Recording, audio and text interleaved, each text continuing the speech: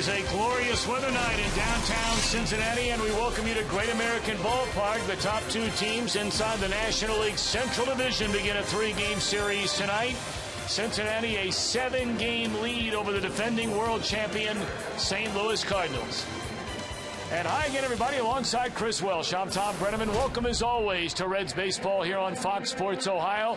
So here we go, round four. Fourth series this year between the Reds and the Cardinals. They met twice very early on, Chris, when the Cardinals were red hot. And in that first series after the break, the Reds swept them here in Cincinnati. Well, the Reds have played very good baseball ever since. I'm sure that there were many in Cardinal Nation that saw Joey Votto go down thinking this will be our chance to get right back in the race. But the Reds have played just too good for that to happen. First 5 games you saw what the Reds against the Cardinals did. The Reds had a 1-4 record, but the last 4 games they're 4-0. Their earned run average against the Cardinals outstanding. They have not allowed very many home runs. They're just a ball club right now that is playing, expecting to win every day, and they're doing it just about every night.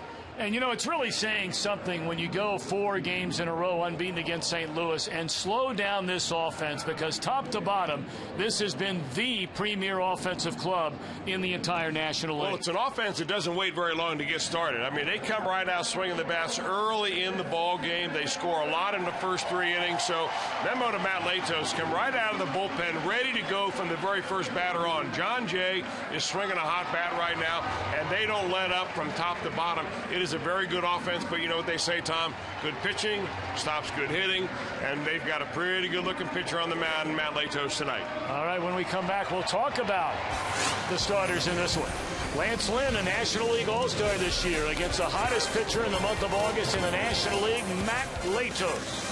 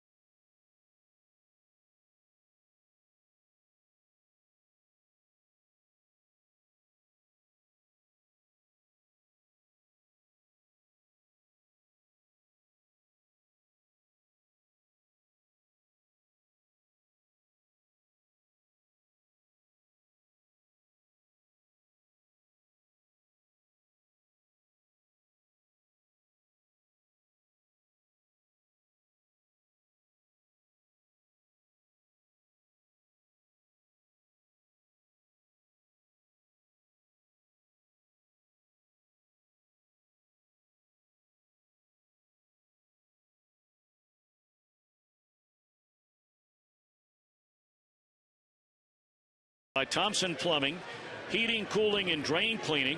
Here's Michelle Boudelet. The weather looks perfect as the Reds take on the Cards this evening. 87 in clear skies by first pitch, down to 82 by the 7th inning stretch, upper 70s by the end of the game. And for the beginning of the fireworks, have a wonderful night. For Fox Sports Ohio, I'm Local 12 meteorologist Michelle Boudelet. Michelle, thank you. Lance Lynn, a National League All-Star, Chris, this season, based by and large on what he did in the first half of the season.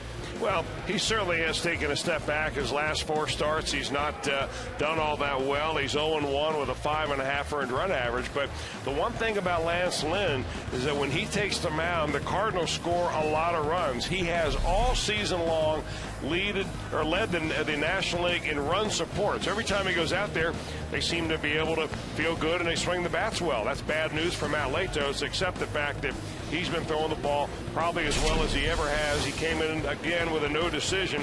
In fact, Latos has had several no decisions overall, but 4 games started with an 0.92 earned run average, and he only's got 1 win to show for it. But that's all right. The Reds end up winning these ball games. Matt Latos continues to establish himself as a 1A or a 1 type pitcher in the rotation, and the Reds like that number 1-2 punch they have with Johnny Cueto and then Matt Latos on back-to-back days. So here we go. 7 games separate these two teams in the National League Central, the first of 3. Ready for a battle indeed. First pitch around the corner.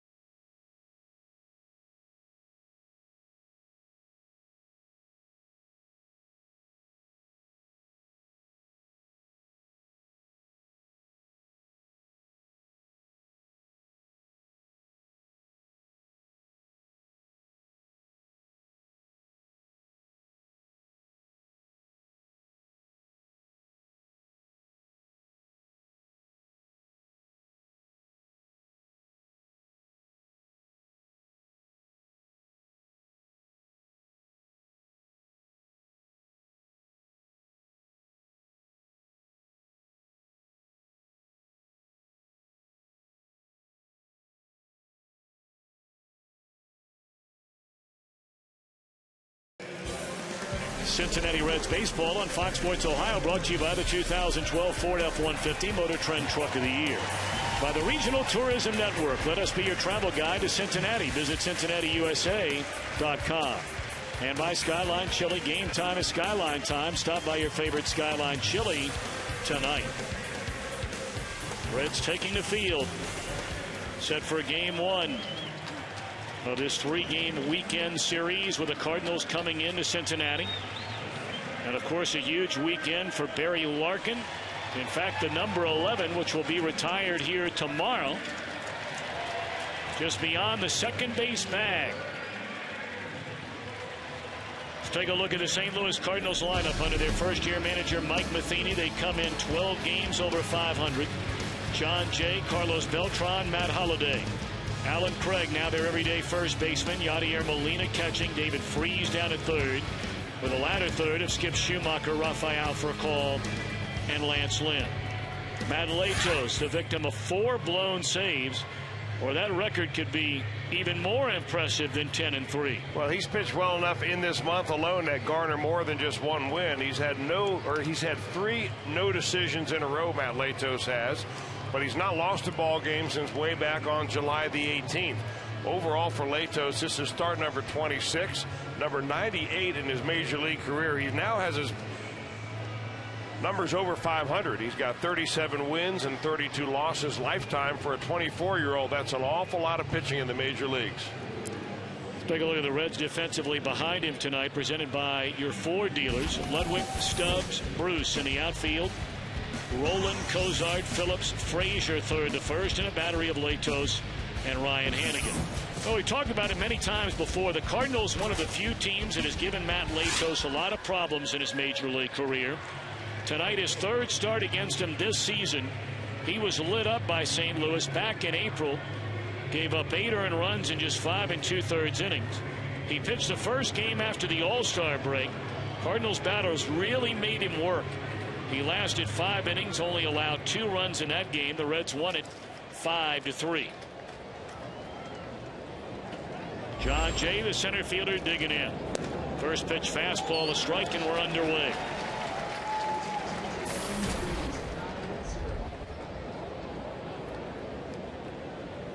Jay, for the first time, an everyday center fielder for St. Louis, has missed a lot of time with an injured shoulder. In fact, he injured that shoulder against the Reds back in April. Played for a month before he told anybody it was really hurting him. So tonight, just his 81st game, but a .316 batter. Well, since August 1st, though, he has just been tearing the baseball up. A batting average up around 400. He's been showing some power, getting on base.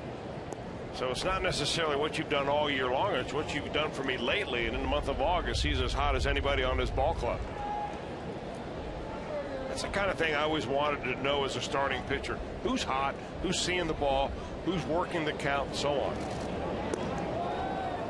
Latos got ahead 0-2. Now the count even on Jay, with Beltran to follow and then Matt Holliday. It's like he gets ahead and then wants to work on that release point of his breaking ball, knowing that up and down this lineup, that curve and slider of his is going to be very important to have. Well, Tapper down to Frazier, an easy play for the first out of the night.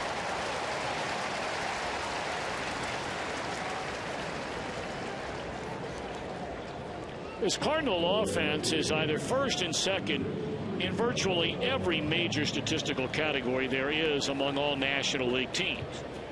And really, when you look at their offensive numbers, you look at their starting rotation, you look at their overall pitching numbers, they've had some problems in the bullpen. But it's hard to believe that this Cardinal team, when you just look at the numbers, is not a first place team. But when you really dive into their club offensively, for a team that leads the league in so many areas, it's been a streaky club offensively. I mean, look at average hits, RBIs, on base percentage, slugging percentage, drawing the 2nd most walks. Well, what they do about as well as anybody is run up the score. When they start getting it going and they've got a game that gets out of hand and you bring in some middle relievers that try to just get some innings in and you're on the low side of that ball game, they will pile on and pile on and pile on.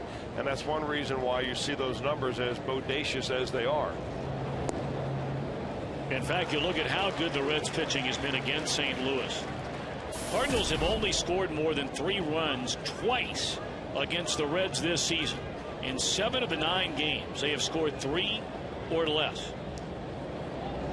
But in their other 2 games, to back up what Chris is talking about, they scored 7 runs in one game and 11 runs in the game that Latos started against St. Louis back in mid-April.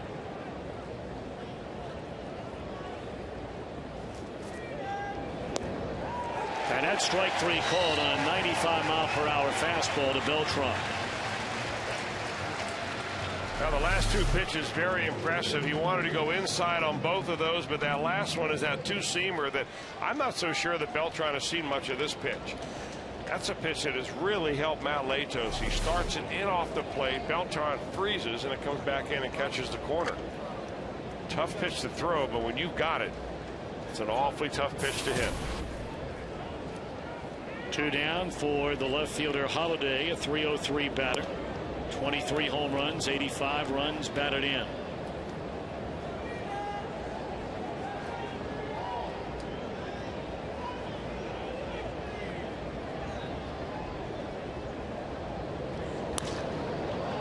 In the air, right center field, and Bruce will leap over the wall and make the play to end the inning.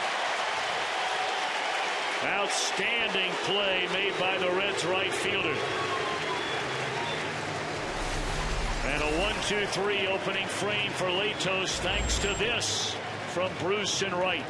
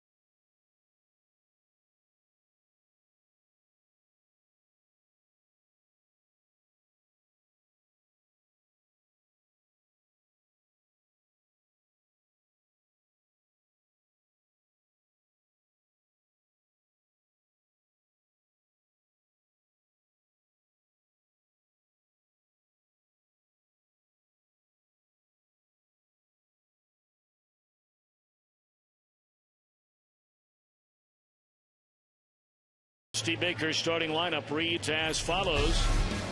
Zach Cozart, Drew Stubbs, Brandon Phillips. Longtime Cardinal Ludwig in left, Bruce in right, Frazier at first, another former Redbird rolling down at third in the 7-hole. Hannigan and Latos against 13-5 right-hander Lance Lynn. Well, he's only had 26 starts in his major league career, and 24 of them have come this year. For Lance Lynn, it's been a good year, though. 142 innings overall. He's got just that many strikeouts. Opponent batting average in the 240s. What he does, though, is get a lot of runs in his support. And he's averaging almost 7 runs a game every time he takes them out. Just 25 years old. Guy that does little things for a 25-year-old. He does a nice job on holding runners, fielding his position. And he answered and filled in big time when the Cardinals were not able to get back Chris Carpenter. There's that run support Chris was mentioning a moment ago for Lynn. And we put Latos on that list because he ranks 20th in the league, fewer than 5 runs a game. Should be noted, like a lot of starting pitchers, Lynn, if he struggles, tends to struggle early in the game. An earned run average of almost 8 in the first inning. He's allowed 13 home runs the entire year. 7 in the first inning, and there's a rocket. First batter of the night, and that's a 2-base hit for Cozart.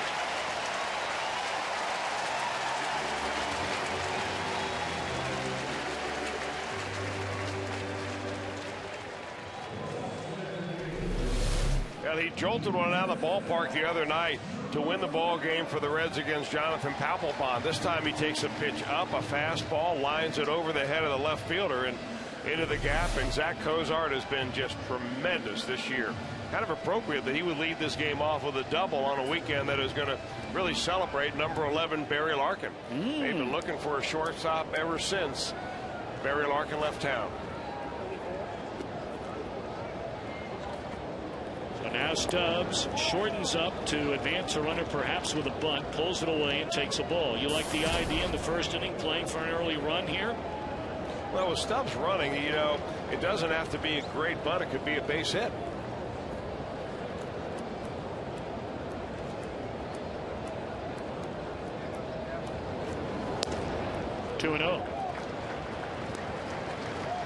Now 2-0. Do you take the butt off and give Stubbs a chance to swing the bat? Well, he's probably going to get the same pitch on a 2-0 count that he got on the first pitch, which is a get-ahead fastball, you would think. But now you have to throw a strike if you're Lance Lynn. I think I let him swing away.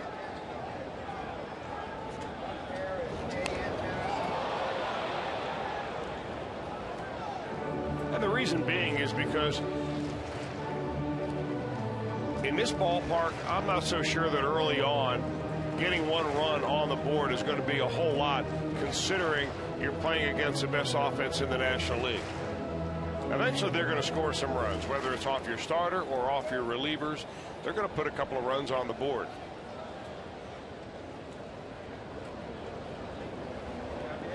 Two and one to count on Stubbs, and no sign of a bunt this time, and he swings through a pitch up in the strike zone, a fastball at 93 to even the count 2-2.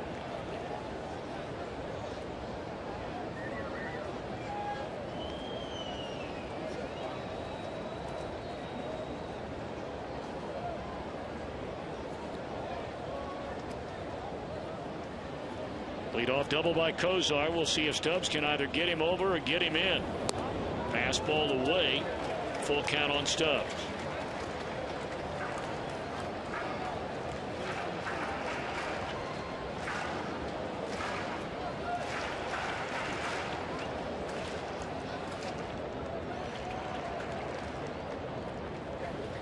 Three and two on Drew Stubbs. And in the air down the right field line towards the corner and out of play.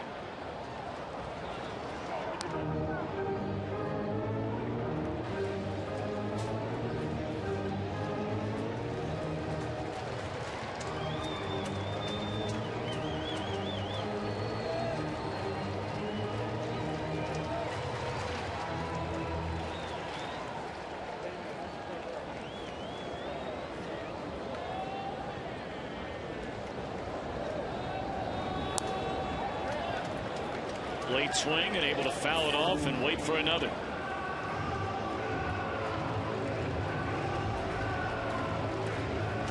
We talked about Lynn, a National League All-Star, was so good in the first half of the season, which brings us to our Farmers Insurance Group report card on the slumping Cardinal right-hander. Well, once you start looking at the number of innings you get under your belt, and he's got 142 innings now, you wonder, well, will he be able to sustain it? He's pitched, I think, the maximum somewhere around 160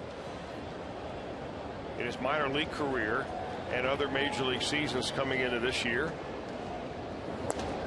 Good at bat there by Stubbs. Now, what he did is lay off some teaser pitches, especially the first two pitches of the at bat when he was told to bunt. And when Lynn goes bad, it's control that begins to really erode for him.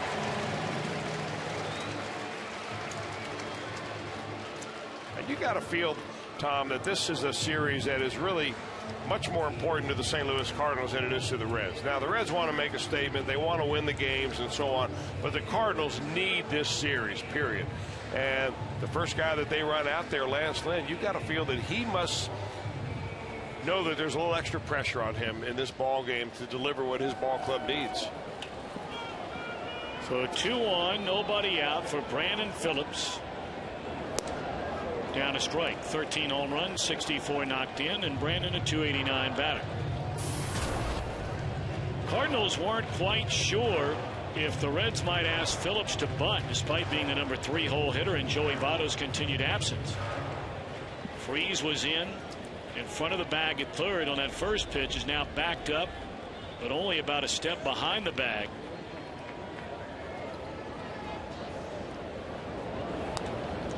Phillips quickly behind 0-2.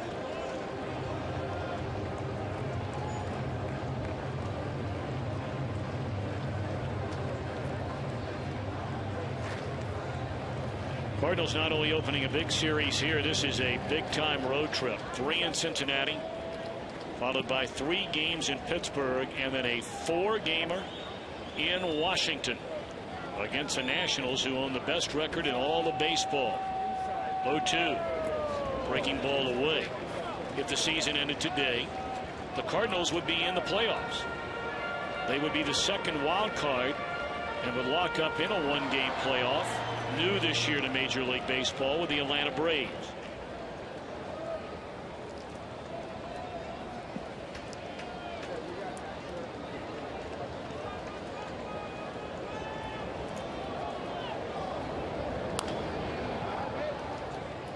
Still a ball and 2 strikes on Brandon Phillips.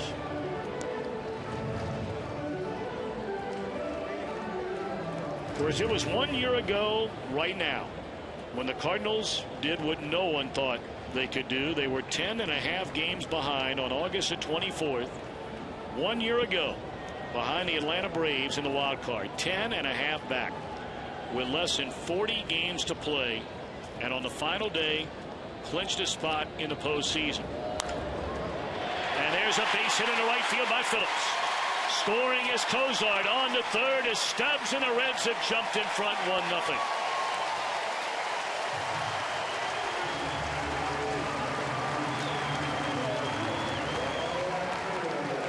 Now they were pitching Brandon Phillips away the entire at bat, and Lance Lynn got ahead of him. He wanted to be able to get him out on a breaking ball, but he didn't throw 2 consecutive breaking balls for a strike. So he went out there with a fastball again, and Brandon guides it down the baseline. And he'll pick up a base hit on that. And when he starts doing that, he's a very tough hitter to get out. That's an unorthodox approach for a normal number 3 hitter, but he's not a normal number 3 hitter. Derek Lilliquist in his first year as a pitching coach of the Cardinals, taking over for the now retired Dave Duncan, who left the team in spring training to be with his ailing wife.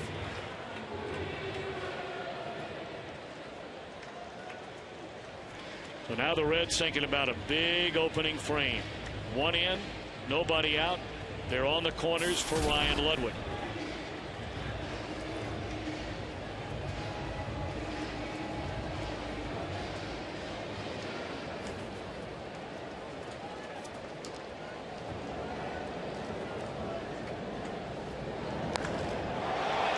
Foul.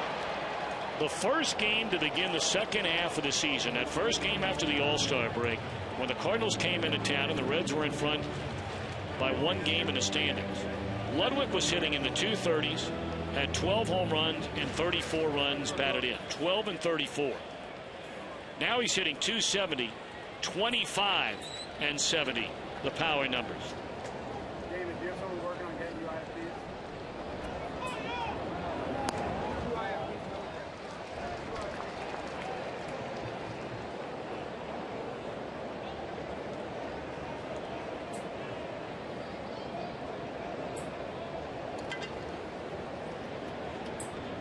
Stubbs down at third. Brandon Phillips a run scoring single over at first. Still nobody out. And the 1-1 is way in. 2 balls and a strike.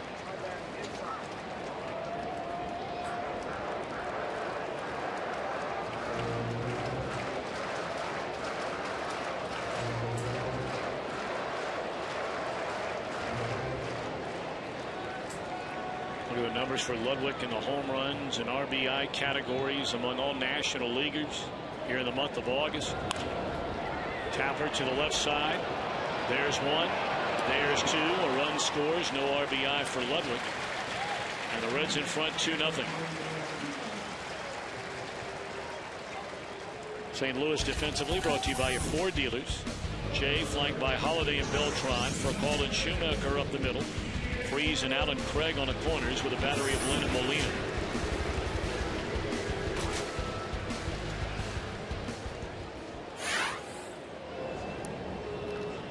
Now Jay Bruce, he has really turned it on here of late. That batting average up to 260. 26 home runs, 79 driven in.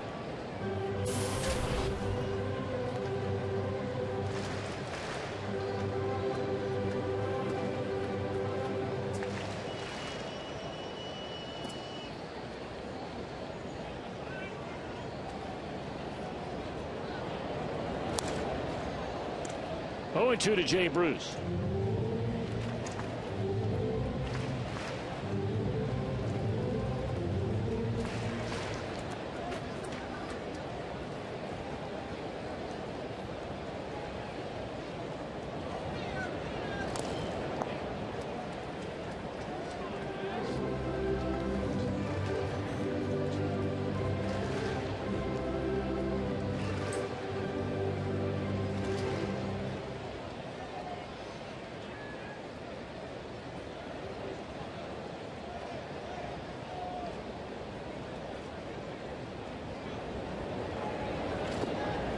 by the breaking ball coming in through the side gate and missed. Bruce behind in the count, a ball and 2 strikes. Big defensive shift put on for Jay.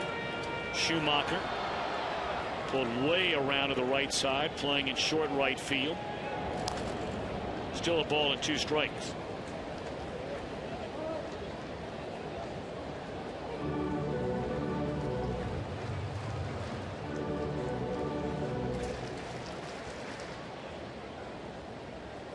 Talked about the numbers here of late for Jay Bruce after a very slow start to the month, and that'll end the inning.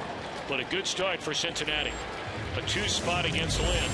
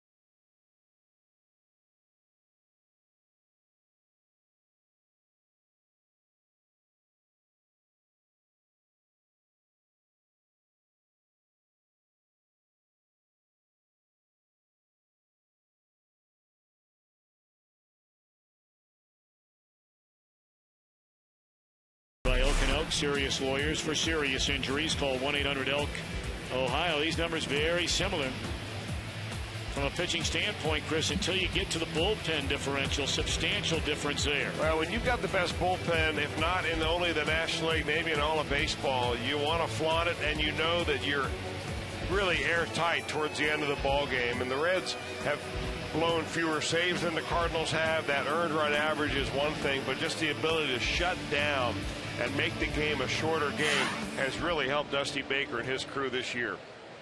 And that's what Walt Jocketty wanted to do when they added Jonathan Broxton. Continue to make the game shorter. If you can make it a 6-inning ball game where you don't lose the ball game after you lead after 6, that's really the goal of every general manager.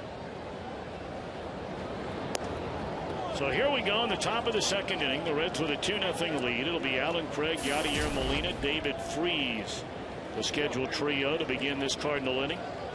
Well, what a productive hitter Alan Craig has been indeed. 313 at bats, has 18 home runs and 65 runs batted in.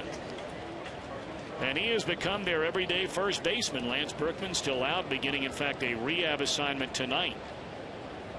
But most feel like that even when Berkman does come back, that first base job pretty much now belongs to Alan Craig. 12-game hitting streak, longest in the major leagues coming into the game tonight.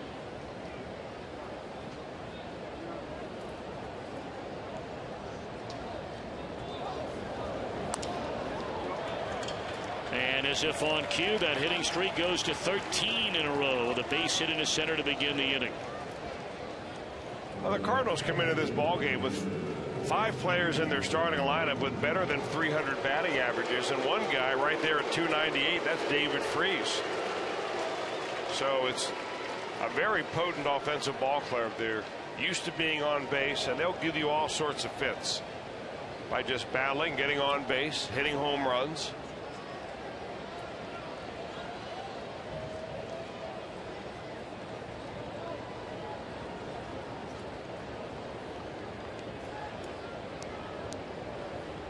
So now Yadier Molina.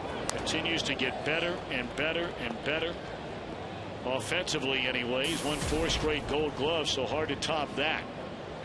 The batting average this year coming off a career best season in 2011. 324, 16 home runs, 60 runs batted in. You know, you go all the way back to the fight between these two teams in August of 2010. Of course, Molina, every time he walks to the plate, booed by Reds fans whenever the Cardinals are in town. But ever since that fight, 5 home runs, 11 runs batted in 14 games in this ballpark. Only Ricky Weeks of the Brewers has more home runs here since then. And he's played in 6 more games in this ballpark than Molina.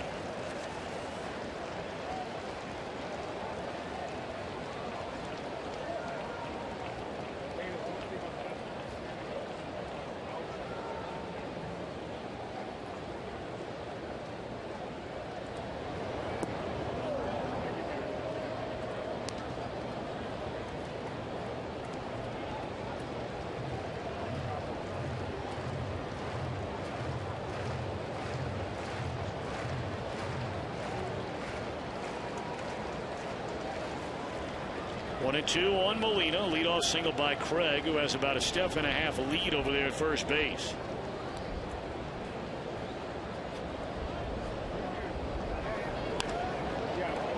Still 1 and 2.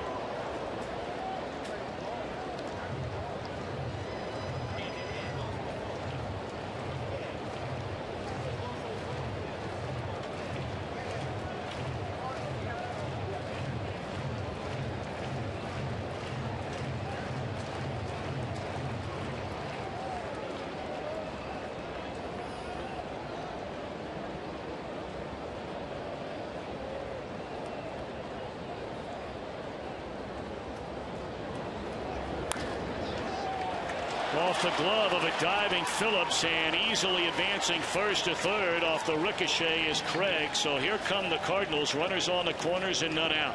2 very sharply hit baseballs. Get them on base here on first and third to get it going for them in the 2nd inning. That was a good at bat by Molina. He just hung right in there and takes the ball right back up the middle. A ball that just goes off the glove of Brandon Phillips. When they say games, it's a game of inches. There's a great example right there. Phillips is able to come up with that ball. It's a double play ball. And you've got 2 outs and nobody on instead of no outs and 2 on.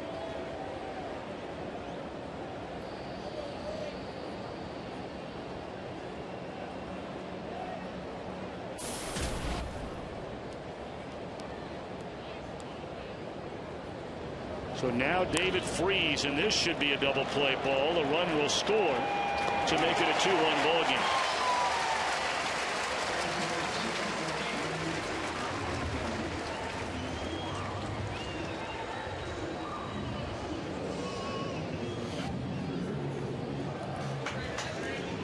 Well, if you're Matt Latos, you'll trade that all day, every day. Runners on the corners and none out, and give up the single run to get 2 outs. Not even that ball was a double play ball. Was hit very sharply, although right at your shortstop.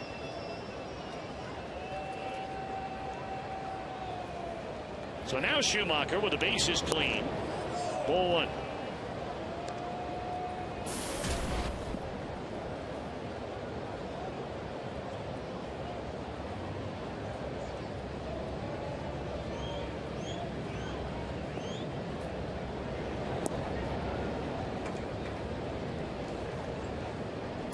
Schumacher an even .300 batter. 21 runs batted in without a home run. Schumacher figures to get most of the playing time at second base when a right-hander is on the mound. And that one bounces right by Frazier into right field. 3rd hit of the inning. 4 batters, 3 hits.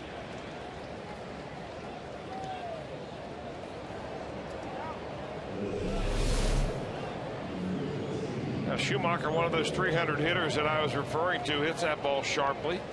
We've seen him hit on the ground sharply in this inning. You know, Latos has thrown a few more ground balls this year than he ever has before. Not by a lot, only by 3 or 4%, but he's making an effort, it seems to me, when he pitches in this ballpark to make sure that he keeps the ball down, using more two-seam fastball grips than four-seam fastballs and throwing them down around the knees rather than going upstairs at the letters.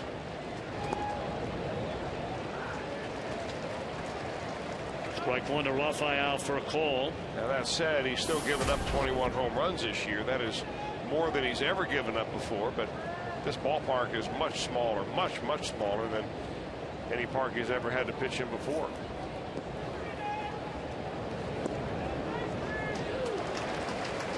Well, if he gets that pitch for a strike, he might as well live with it all night long. Well, you see the numbers for Latos. I mean, he's actually, statistically anyway, pitched much better here at Hitter-friendly Great American Ballpark than he has on the road. Of course, you know, a couple of bad games can blow that thing up.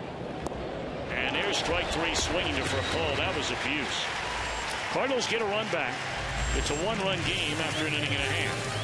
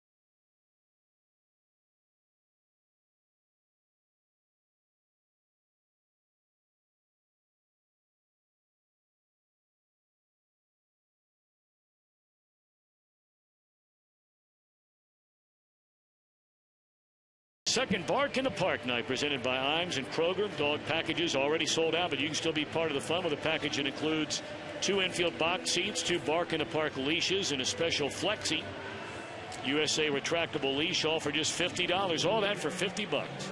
Visit Reds.com/Dog Day for more information. And by the way, tonight, a couple of special birthday wishes to send out. Leroy Easter from Friendship, Ohio, turns 86 today. And Betty Milligan from Hebron, Kentucky, will be celebrating her 83rd birthday tomorrow. So Leroy and Betty, happy birthday. Hope you have a great day today, Leroy, and a great one tomorrow, Betty Milligan. Frazier rolling Hannigan against Lance Lynn. Reds with a 2-1 lead as they bat here in the last of the second inning.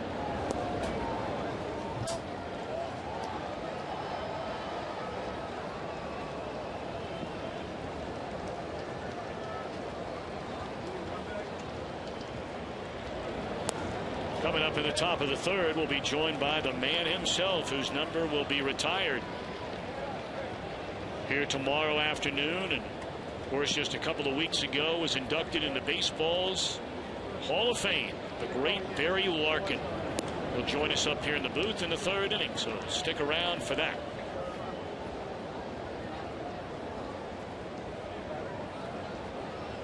We understand there are standing room only seats available for the game tomorrow. Reds are going to put about 800 of them on sale today or tonight.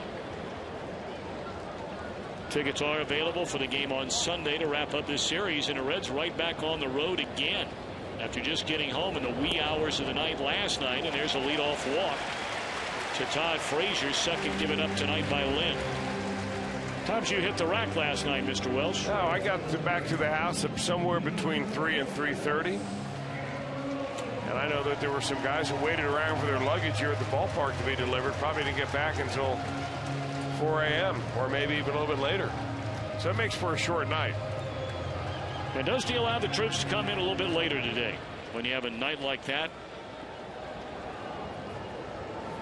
Cardinals got here very early. They had a day game yesterday at home, finishing off a sweep of the Astros. So the Cardinals come in here feeling better about themselves and where they were just 4 days ago. You may remember the Pirates came into St. Louis last weekend, beat them 2 out of 3. They had that marathon game on Sunday. It was won by the Pirates. 19 innings they played. But in San Diego, swept Pittsburgh out west 3 straight, while the Cardinals were sweeping the Astros. And St. Louis thus leapfrogging the Pirates in the NL Central, leading them by a game going into play tonight.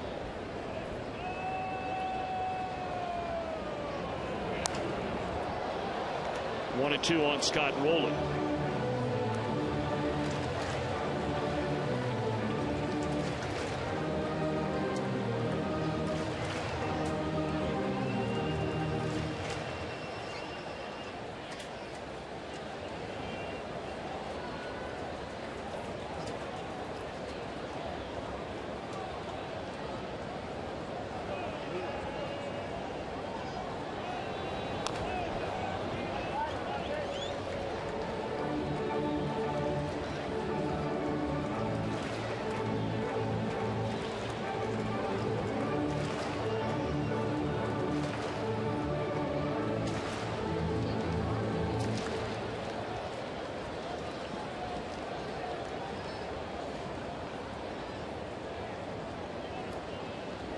One-two pitch and a bouncer foul wide of third.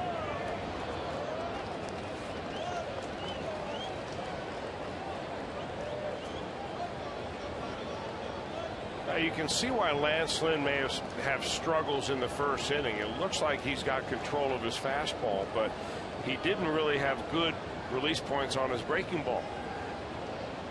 So you're forced to go to the fastball more often in the first inning. Hitters are looking for that, and that's where he runs into problems.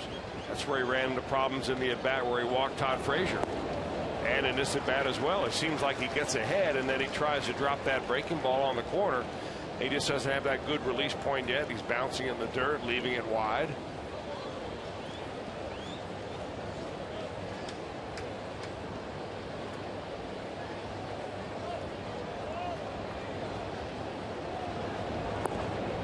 Breaking ball once more, and once more he misses with it. 3-2. And now if you miss 2 times in a row and you're Scott Rowland thinking, well, he's not going to walk me too, is he? I mean, after all, he walked Frazier to lead the inning off. He's got to throw me a strike. Hasn't thrown a breaking ball for a strike yet. I'm looking fastball right here. 3-2, runner goes, and a fastball is lined off the glove of Schumacher into center field, and on to third goes Frazier. So just like it started back in the opening inning, Reds had already scored when they had him on the corners. Now they're on the corners with none out. Well, good solid swing right here for Scott Rowland. He knows it's coming. He knows he's going to get a strike, and he's ready for it.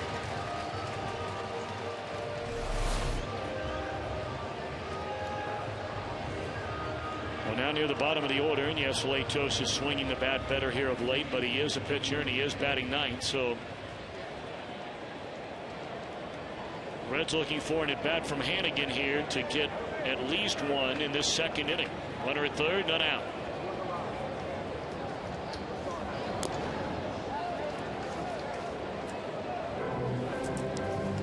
And here of late, Hannigan is swinging the bat better than he has practically the entire season. 7 hits in his last 13 at bats, and overall has been a .464 hitter over nearly the last 2 weeks.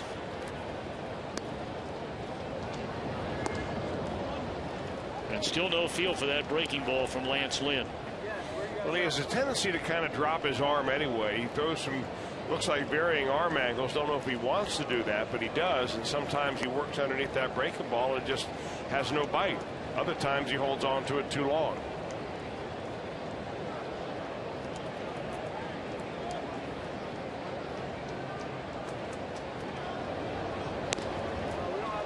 Threw a fastball up and away, and Hannigan chased it and came up empty, and now Ryan behind and 1-2. I'll tell you what Lynn does have is nice life on that fastball. He was throwing a couple of them in the first inning at 94 with some tail.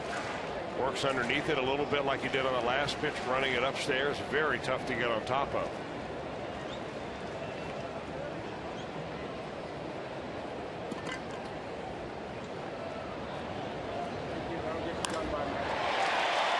Left field. This will bring in another run. Tagging and scoring is Frazier. So a productive at bat indeed by Hannigan, who gets the job done. 3-1.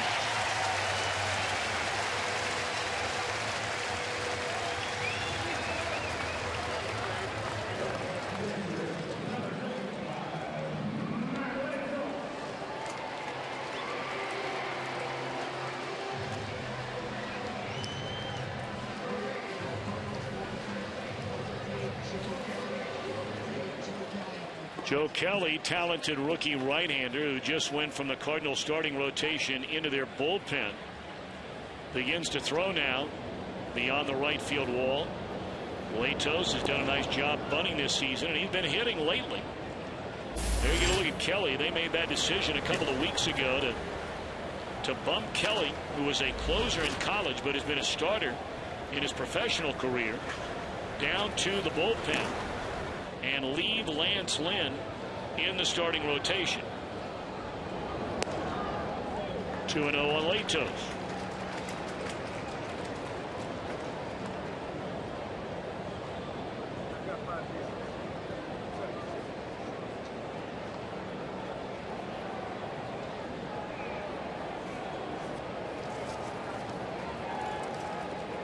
Latos has a hit in his last 4 games. Saw the 7 sacrifices so far this year. That one bunted over the screen. 2-1 on Matt.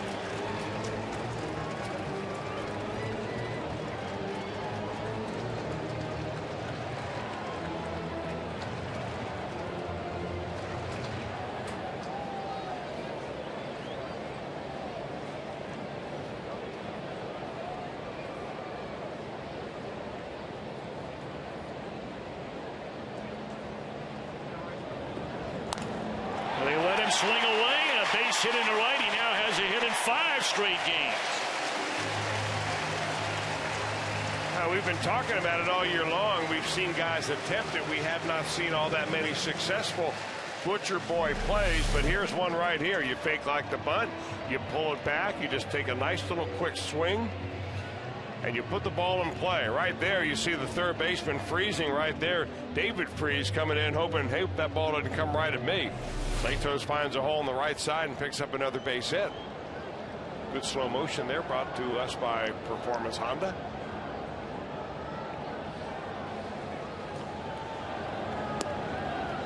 First real good breaking ball of the night thrown by Lynn. A first pitch hook, strike 1 to Cozart, who doubled, leading off the Reds first and scored their first run of the night. Cozart has had a real good month of August. .312 batter. And in 22 games this month, including tonight, he has a hit in 20 of the 22.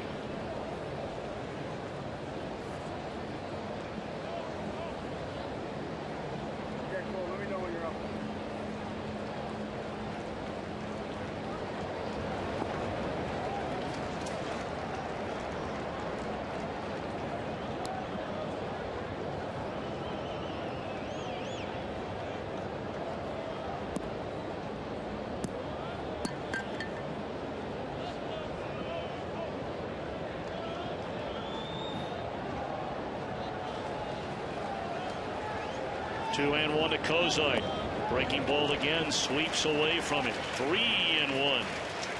Yeah, it looks as though Lance Lynn is caring more about not hanging that breaking ball than he is being aggressive with it and cutting it loose, trying to guide it up there, and he's just not being able to to find his release point. Almost all of them have missed away, mostly down and away. A little surprise here. Kozar took a 3-1 fastball right down to Cam. You? Yeah. It didn't look like in that at bat he was even considering swinging. No. All right, now 3-2. 2 on, 1 out. Rowland takes off and a tapper down to third. There's one. They can't outturn it.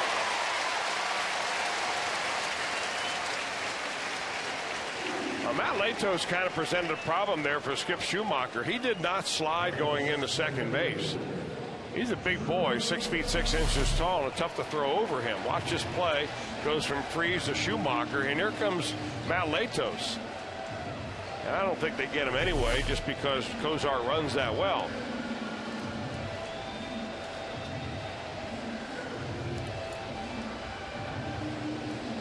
He might want to slide next time.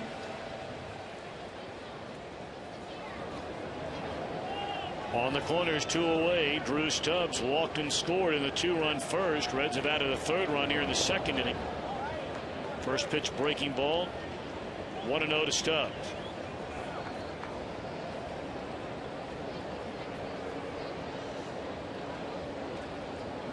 Well, you don't know if Stubbs would think about it, and it's not like he has become a good bunter. But boy, you look at the right side of that infield right now. Schumacher cheating towards the second base bag. Craig holding the runner on at first. Lynn, a big guy on the mound.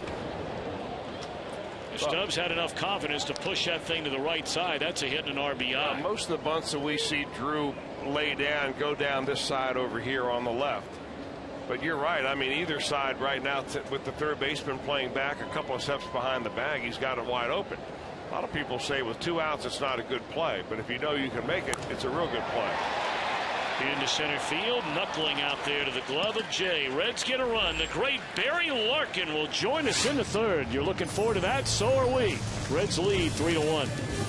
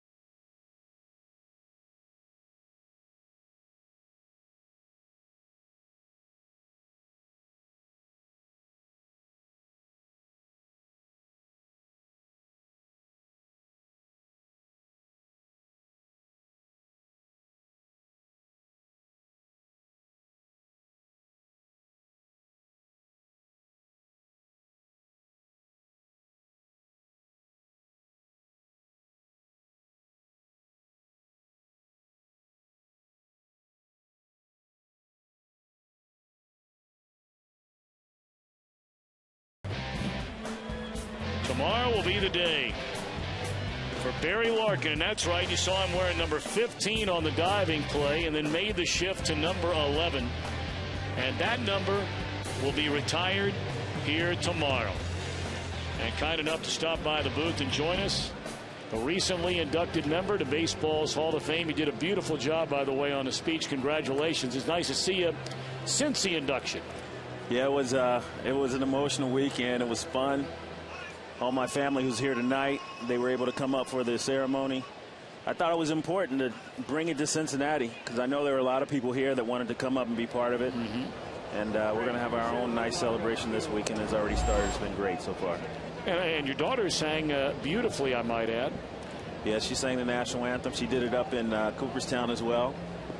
She's already a fairly accomplished international artist. She has a song called Bring on the Night out in Brazil. It's on #2 on the pop charts, number 8 on the dance charts, number 48 on the world chart. Unbelievable. And she's actually preparing to go over there in September to do a promotional tour and all that kind of stuff. So a lot of things are happening in the Larkin household. Dad's taking the back seat to everybody else right now. It's a good thing. You'll be a record mogul next. Well, no, I will be a dad just supporting his daughter. How about that? That's what I'm looking forward to. That's all that matters. Just like your mom and dad. I thought one of the, one of the best, whatever you want to call it, ceremonies we had here at the ballpark after you found out this winter that you had received the call and you were going into the Hall of Fame, and your mom and dad were here down in the Fox Sports Ohio Club, and a lot of the members of the Reds front office and so many in your family and friends and close to you through all the years were here. And just listening to your mom and dad, really at the end of the day, you're talking like a proud papa, and your dad and your mom and what they meant to your brothers and your sister in your life growing up. Well, they were role models in every sense of the word. They set the tone. They were the example to follow. Kind of very different personalities. My dad very stoic. My mom extremely extroverted and passionate about everything she does. And, I think all my brothers and sister, we all got a little bit of mom and dad. But it was always doing it the right way, always not cutting corners and standing up for what you believe in. And, those principles, I guess the apple doesn't fall far from the tree, and they are very much like that. 0-1 to John Jay, 1 out to begin the top half of the third inning. Reds in front 3-1. Is it a different kind of a speech tomorrow for you than the one at the Hall of Fame? I know it's not going to be the same one, but is it different? Yeah, first of all, it's not going to be long. It's funny. I was up there, and none of the Hall of Famers were mic'd behind me, so I'm sitting up there and I'm telling stories, and I hear Tony Perez and different guys like snapping at me like, "Hurry up, Larkin! It's getting hot up here." So it won't be long tomorrow. It'll be thank you, and I'll share a few things, but this is about this team doing well. This is about bringing the celebration to Cincinnati. I'm really looking forward to the little concert. My daughter's putting on a little concert afterwards. I'm just looking forward to interacting with the fans. I had a little meet and greet the other day at the Hall of Fame. So, it's just great. And I got to say, the ownership here, the Castellinis, the Williams, Walt Jocketty, these guys have been absolutely unreal as far as reaching out. It's been fantastic, not just to myself, but, my mom and dad, having my mom thrown out the ceremonial first pitch. I mean, they didn't contact me for that. They went directly to her, and I thought that was just absolutely awesome. They've been incredible during this whole journey. 0-1 to Beltran. A ball and a strike. Barry, is it ironic at all that the Reds are playing the Cardinals this weekend? I mean, you were coming up as Ozzie Smith was kind of on his way out, and a lot of people around baseball kind of looked at it and said, well, it's Ozzie Smith passing the torch to Barry Larkin as the next great shortstop in baseball. Well, I think this weekend would have been great no matter who was here, but certainly I think it adds a little something to the fact that this is the National League central rival, and obviously what happened a couple years ago here. So, it's just the baseball guys are good. Can you stick around another half inning? Absolutely. All right, Barry Larkin. 11 days of Larkin, and tomorrow his jersey retired.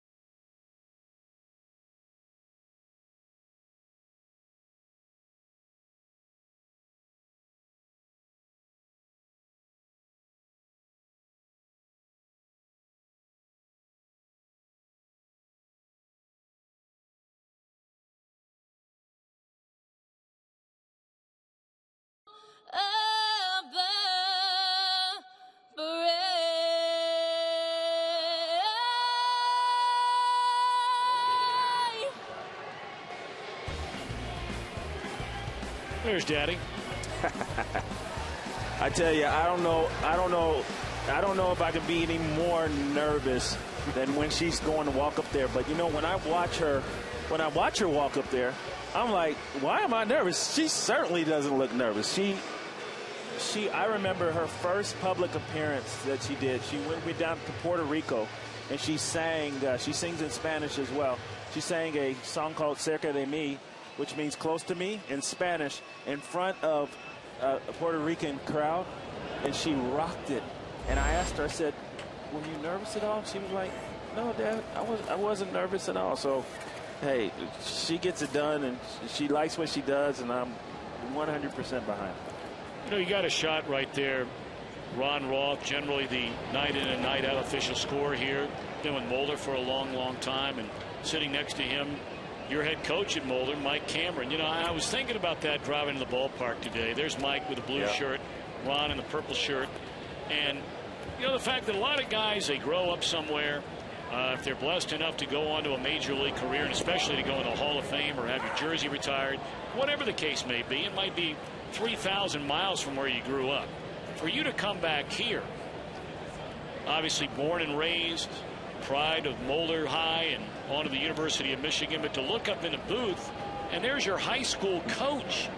It's got to be surreal at times, isn't it? You know, man, I was just talking to my mother about this down there, and, you know, it's just, I told her, she said, what really, why do you think, you know, you are successful? I said, it's because of the environment that I've been put in. I mean, all the fundamentals, all the life skills that were taught at home were continued up at Moeller with Coach Cameron right there and Paul Smith. And, you know, and then I continue to go up to Michigan and Bud Middle and Danny Hall up there and the people up there. It's just, you know, I've been a product of a very tremendously strong foundation. And, you know, it's just, they led me to the water. I just had to drink it, and I did. And thank goodness it worked out. But Mike Cameron, he was up in Cooperstown as well. I heard a story that he bought got a room up there months before the announcement came down, simply because he thought, you know, he was convicted that it was going to happen this year. Wish I had that much of a commitment to it. Tell us about the moment you got the phone call and you found out that you were going to the Hall of Fame. You know, I was told that the phone call would come at 1:30 in the afternoon, and 1:30 was getting close. I get a call on the phone, and it was my agent. I don't want to talk to you. What are you calling me for? He told me that they were running a little bit behind schedule. Now, there's a 3 o'clock announcement show on MLB Tonight, and I know there's plenty of preparation that goes in that, so I thought it was kind of peculiar that at 1:30 they were running behind schedule, but whatever. So 2:30 comes and goes, and I still don't get a call. 2:45, 2:50 comes and goes. Now I'm going to the TV to see who indeed did get inducted, because certainly it's not me by this time if they haven't called me at 2:50, so I can at least prepare for this 3 o'clock announcement. 2:54 comes, and I'm walking from the family room. Man, this team can hit. I love to watch this thing. And Phillips, big turn, and he'll hustle back and get to second. 2:54 comes, and I get a phone call. I really wasn't expecting it. I didn't recognize the voice. Jack O'Connell did not identify himself early. He just said, "Hey, Barry Larkin." He said, "May I speak to Barry Larkin?" I go, "This is Barry." He's like, "Barry, how's your day?" Now it's 2:54, and I'm thinking, is this a prank phone call? You know, because he didn't identify himself. And I'm like, "My day is fine. How is yours?" I kind of gave him a little attitude. And he said, "Well, mine is fine, and I think I'm going to make yours a little better. It's Jack O'Connell from the Baseball Hall of Fame. Congratulations." I was like, oh, my goodness. I couldn't believe it. I had that deer in headlights feel. It's a good feeling, though, isn't it?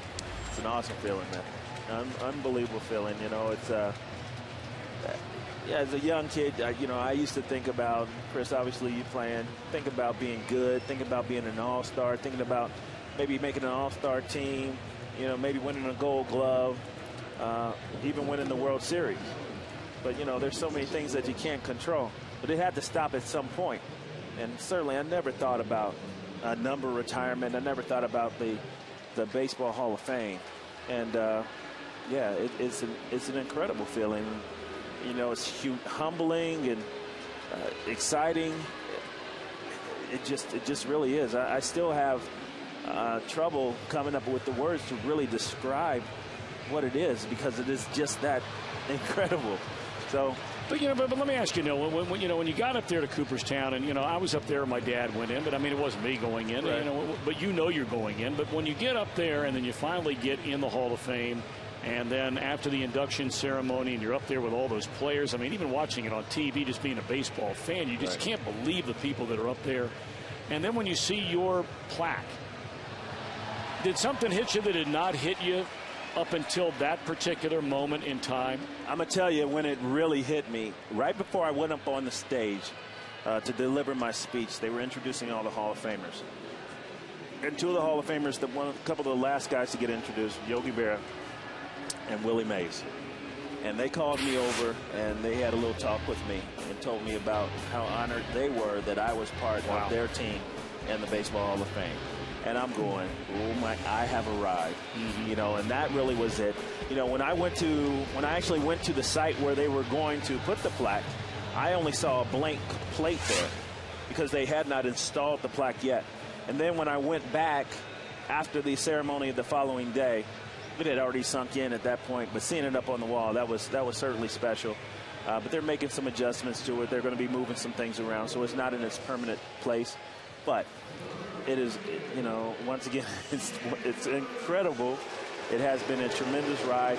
And it's not just for me, but, I think I represent a lot of the ball players that played in my era as well. Joe Kelly's a new pitcher. He's a right-hander. As you said earlier, Tom Brenneman, he was a starter for a lot of this year. So I imagine that Mike Matheny, the manager, looking for extended innings out of this first guy out of the bullpen here in the third inning. Well, the Reds got 2 in the opening frame. They tacked on 1 more in the second inning, and here back-to-back hits by Brandon and Ludwig to start the Reds' third, and it's ball 1 to Jay Bruce. Barry, had you ever been to the Hall of Fame prior? Nope, never been up there. I went up earlier this year for orientation, just kind of give us a feel for what was going to happen, but no, this was my first time. We were supposed to play a game up there, but we had something happen with the plane in Montreal and never made it up there. In fact, if I'm not mistaken, that was a 2000 year when Sparky and Tony and my dad went in. And I think you were supposed to play the Arizona Diamondbacks up there. Well, we were supposed to. If I'm not mistaken. We were in Montreal. I remember we were scheduled to go to play that game up there. And I believe something happened with the plane, some mechanical issue, and we couldn't get out, and we ended up not going. Beautiful little town, and that's what I tell people all the time. Really outside of the baseball stuff, it's just a cool little town. It really is. The lake, the Otasaga Hotel, everything is gorgeous up there. Beautiful this time of year. Not too hot. The weather was beautiful. Although the guys that were sitting up there on the stage in the suits were telling me it was a little too hot, and I needed to hurry up with my speech. Well, you'll be in that group next year. And I will. I'm going back. I look forward to it. It's going to be interesting to see what happens next year. You're right. Bruce lifts a pop fly in a short left center field where Holiday is there, and that's out number 1 in the inning. Well, Barry, I know you have a lot of family. You stayed longer than we had asked you to stick around, and we're just so excited for you tomorrow and can't wait to just sit back and enjoy every single minute of it, and I know you'll be doing the same thing. Yeah, I'm looking forward to it, man. This is, once again, when I got the call, one of the first things that came to my mind is I can't wait to really celebrate in this with the people in Cincinnati, and the fact that they are retiring the number on top of that is just making it even that much sweeter. Well, you make us all proud. Thank you. For those of us who love Cincinnati and love this city, and you're a class act all the way. If you're the poster child for this town, then that's all right for all of us. I appreciate it. Absolutely, Barry. Thanks. Congratulations. Right. Thank you, guys. The great Barry Larkin will have his number retired. When you think about some of the guys just underneath our booth here, the numbers, and tomorrow they're on bail number 11. Hutchinson, Robinson, Bench, Morgan, Sparky. It is something indeed.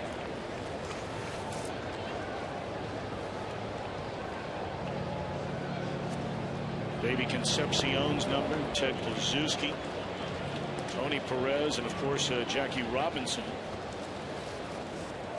Tomorrow right there, right next to the man that he took over for.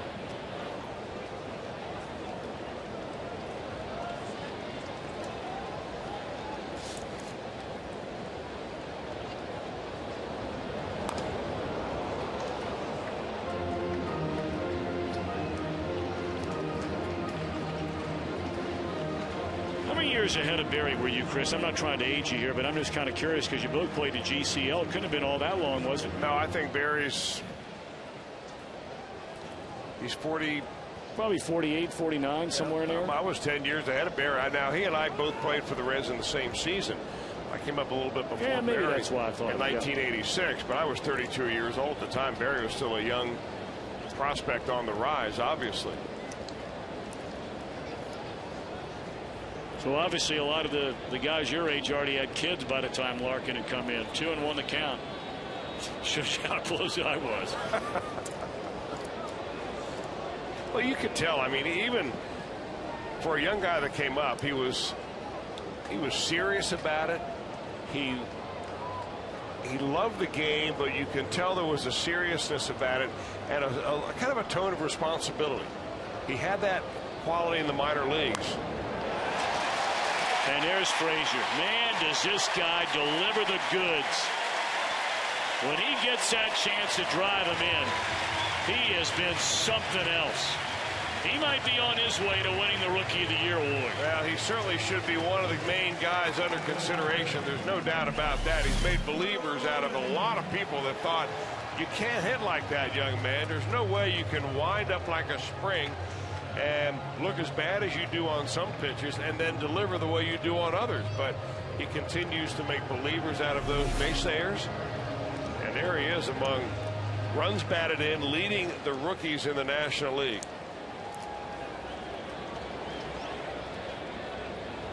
And really the two guys who dominate virtually every category there is as far as the Rookie of the Year, statistical categories are concerned. I mean, it's either Frazier or Cozart, 1, 2 in every single one of them. I mean, it's not like, Frazier's right there and maybe 1 or 2 but then falls off. But he and Cozart are right there.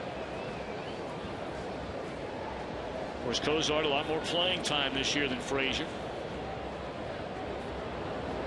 Well, you got to remember that Todd Frazier did not even make this roster out of spring training. He was called up later on. A lot of people thought, well, there was some injustice there. Let's get Frazier up here and see what happens. And when he did come up, it seemed like the tone of the ball club changed. He brought an energy to it that it did not have prior to his arrival.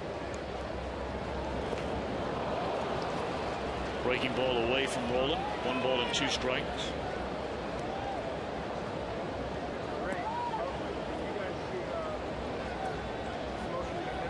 Reds with a 4-1 lead. With 1 in, 2 on, 1 out here in the bottom of the 3rd inning.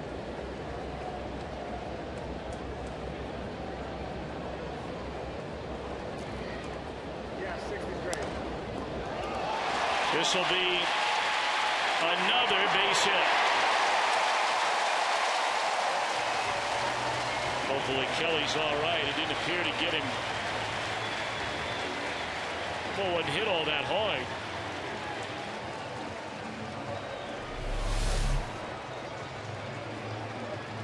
Yeah, that's a good old-fashioned shin burger right there. You get your glove alongside of your leg, but the baseball decides to hit your leg instead. And right now, the Cardinals are just trying to stop the bleeding. That'll be scored an error. That's a tough error. That really is a tough error. That may. Man, oh man. I'm going to wait on that one. Wait for what? For a scoring change.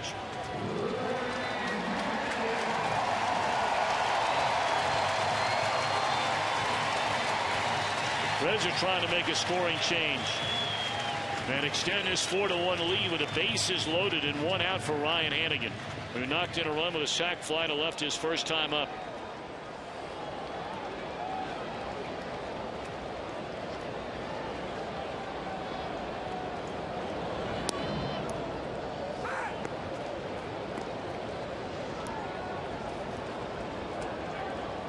Ludwig with a hit in the inning. Frazier with a run-scoring hit in the inning. And now Roland reaches on what is scored initially an error.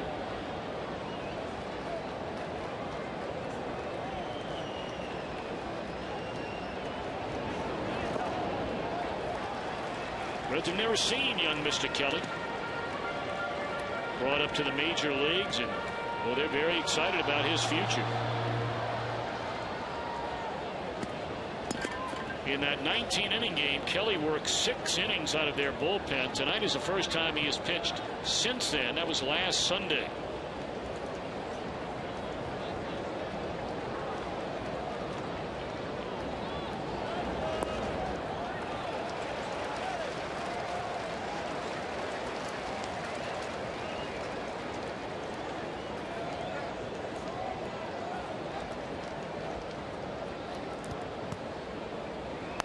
One thing for certain, when you've got bases loaded up there, Ryan Hannigan will make you throw a strike. He, other than Joey Votto, has a real good idea of the strike zone. He just doesn't chase all that many pitches out of the zone, especially early in the count. Never seems to be in a hurry.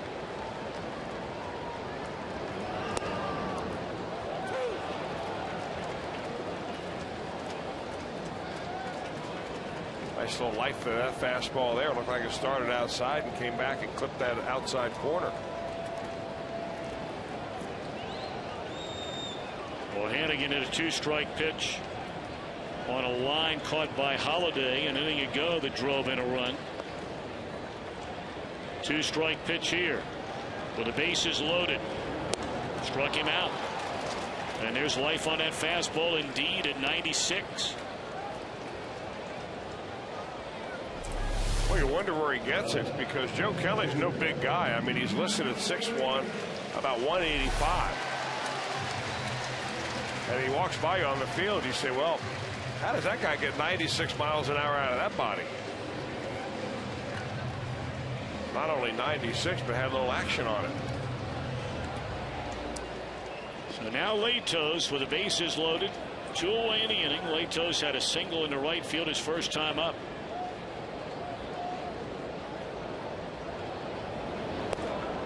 Ball 1.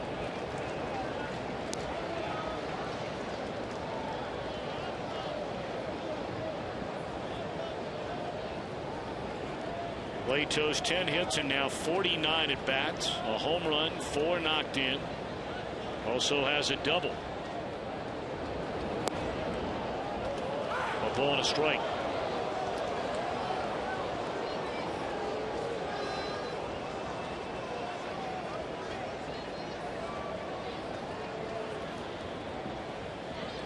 Jordan Baker behind the plate tonight. Ted Barrett down at first. Brian Runge at second. The crew chief Tim McClellan works down at third base. 1-2 on Latos.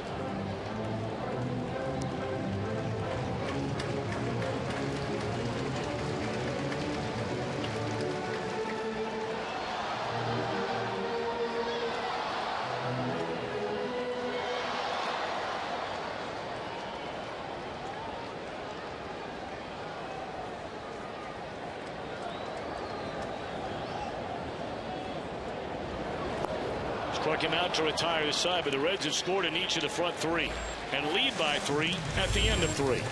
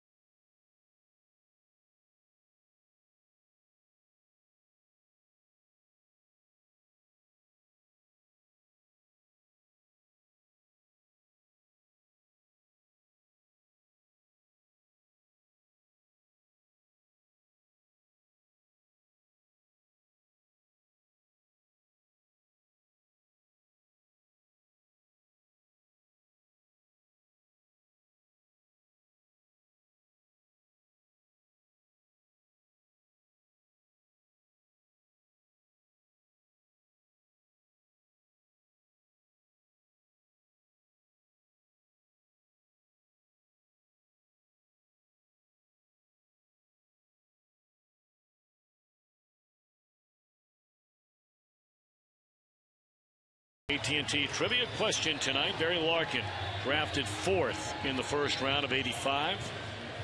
Who are the only 3 Hall of Fame members drafted higher? Higher than the 3rd round, or higher than the 4th round? 4th pick. Higher than the 4th pick in the 1st round? Yes. Gotcha.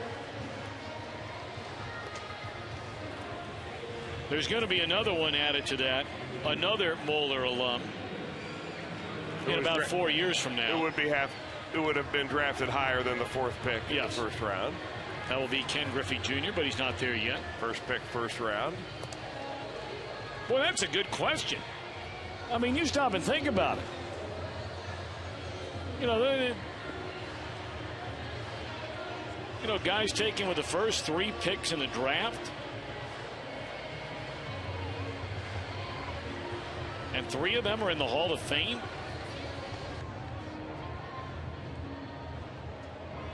And that is all time, by the way, in the history of the draft. Going back to the 1960s, Rick Monday, if I'm not mistaken, was the very first pick ever taken in the amateur draft in 1965.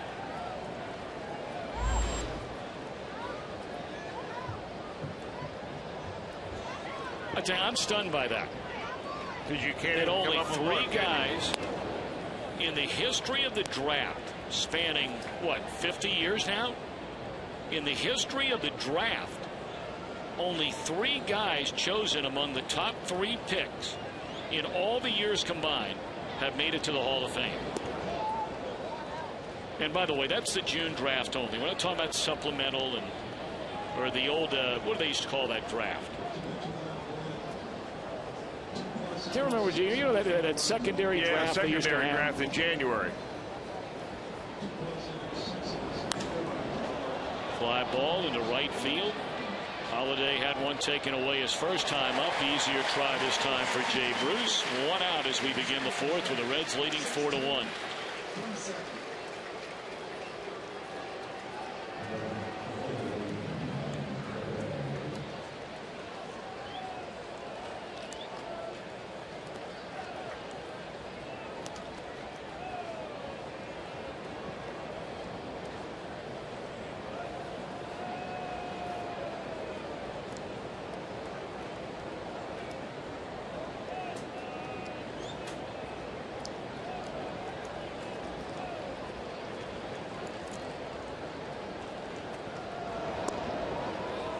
Strike 1 to Alec Craig with 1 out here in the 4th.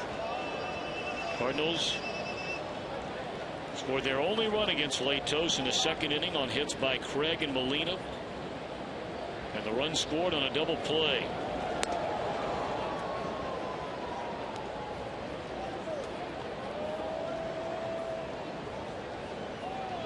Latos is fan 4. He's not walked about it. And here we are in the 4th inning with 1 out. 1 ball and 2 strikes. August is National Sandwich Month. So celebrate it with JTM's quick and delicious meatball sub kits. Pick up a bag today, JTM.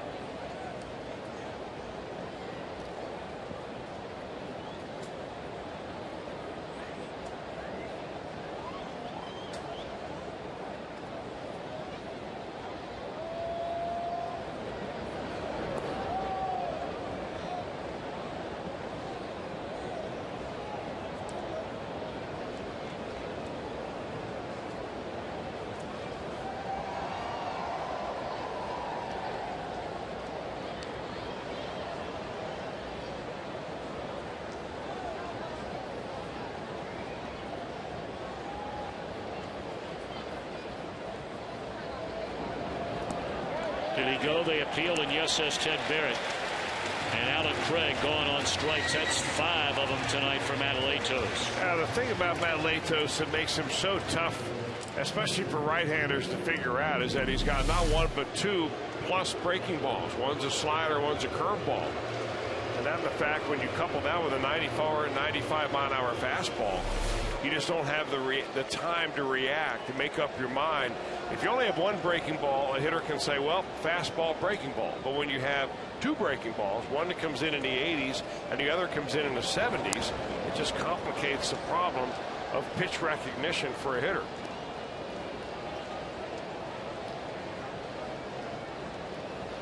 See the numbers: right-handers against Latos, 193 behind only Strasburg and Brandon Beachy. Nice to see two Reds on that list.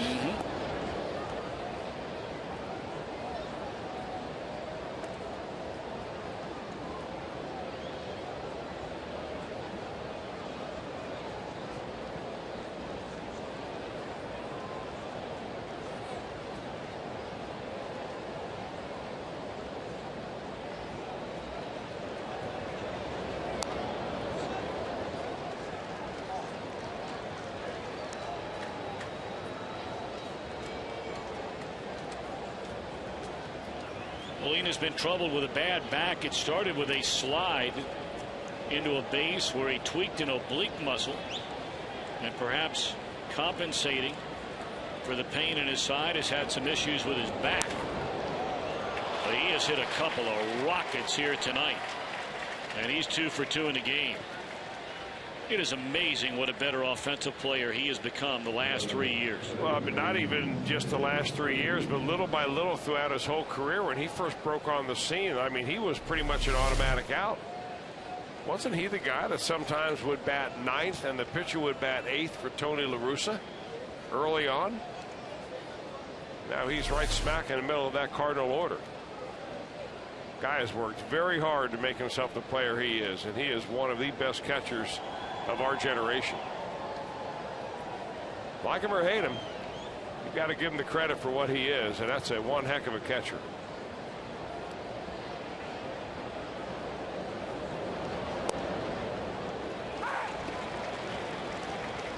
You know, really at the end of the day, and you can certainly understand why Reds fans don't like him, but you know, I think if you were to really press the most diehard fan of any team, when you look back on that whole situation and what transpired leading up to the fight that night, you know, when Brandon Phillips had some very bad things to say about the St. Louis Cardinals. So I mean, imagine some player from another team saying something bad about your team, and then all of a sudden the same guy who said all those things walks up to the plate and, you know, taps one of your guys on the shin guard to kind of say, hey, how you doing? You know, good luck tonight. Well, you know, Molina said, I'm not interested in being your friend after what you said. Yeah. So he stood up, had something to say to Phillips, and off the rest of the night went. I mean, it wasn't like he was way out of line in doing what he did. I didn't think, did you? No, I didn't think so.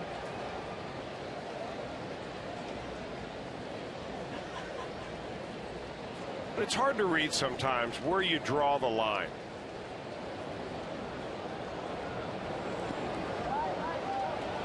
That wild pitch will advance Molina on to second base. Because it used to be the teams wouldn't fraternize with each other at all. And now you see it happen all the time with the way the player moves from one. All players move from one team to another in free agency. Now they're out there talking. Wonder if they are getting each other's address for maybe a Christmas card exchange. Of course, you know, Chris, you and I talked about the last time the Cardinals were here. There were reports, nobody was going to confirm or deny, that Phillips and Molina had a chance to visit. And that's a big wild pitch by Latos. It allows Molina, and here comes a throw to the plate. It's not going to be in time. So the wild pitch advances Molina into scoring position, and Freese drives him in to make it a 2-run ball game.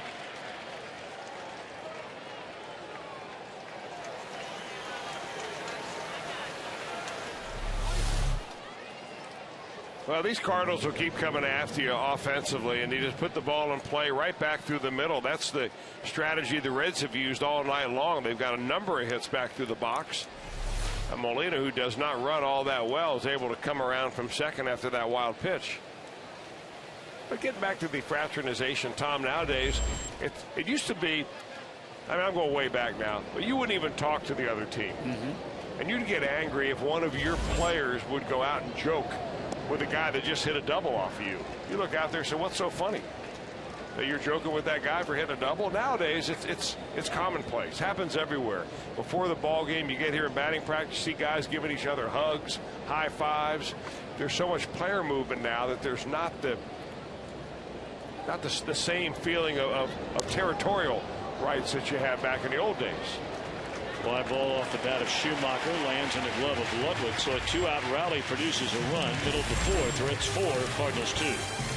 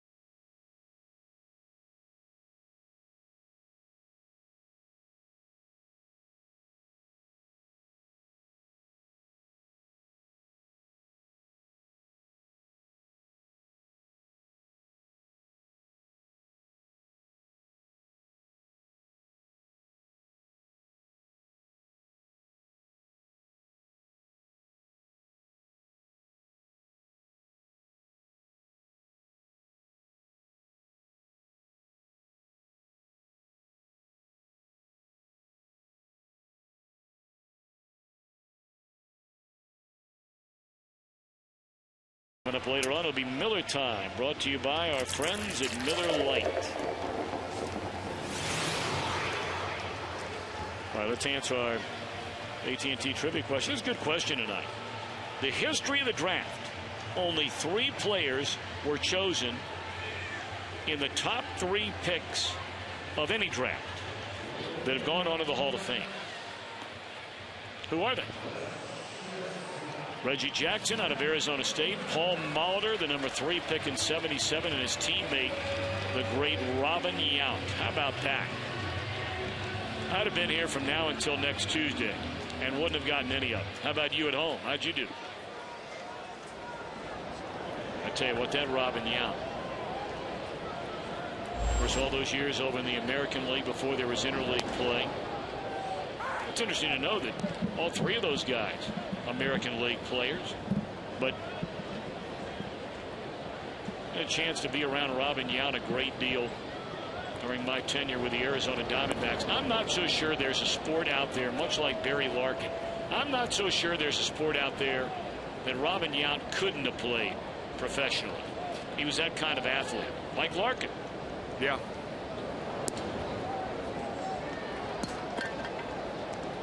So Reggie Jackson, Paul Molitor, and Robin Yount. Did you have any of those, Chris? I did not have any of those.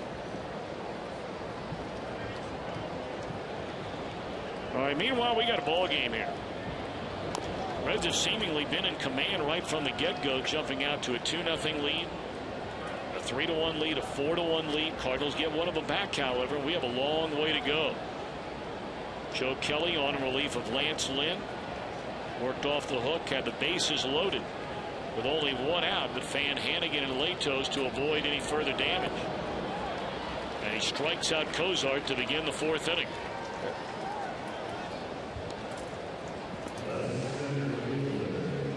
Well, if a Reds batter hits a Toyota sign during our game, Stephen Crockett from Fairfield, Ohio, will win the beautiful new Tundra on display each and every day here at Great American Ballpark. And register for your chance to win. We're running out of time to stop by your Cincinnati and Northern Kentucky Toyota dealer. Good luck, Stephen.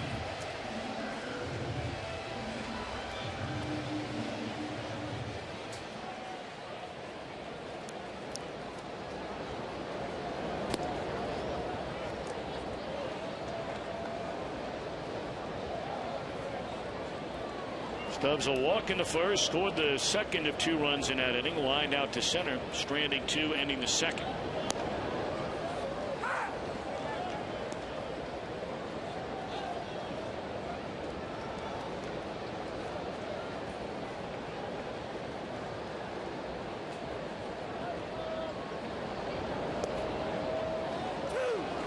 Kelly's got a pretty good looking breaking ball. In fact, his whole arsenal, from what we've seen in a short amount of time, is pretty impressive. Well, right now that's the difference between he and the starter Lance Lynn, is his ability to get the breaking ball over the plate.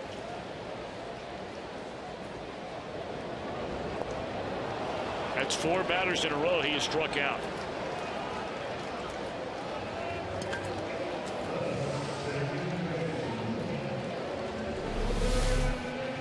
He gets ahead with a fastball and a breaking ball, puts him away with a slider that really never did look like a strike. But you know, he kind of explodes at you, Joe Kelly does. He gets back in his delivery, and then when he starts to the plate, it starts a little bit of a herky-jerky approach to a release. And you get pitchers that jump at you like that. If they can throw strikes with that delivery, it can be very deceptive.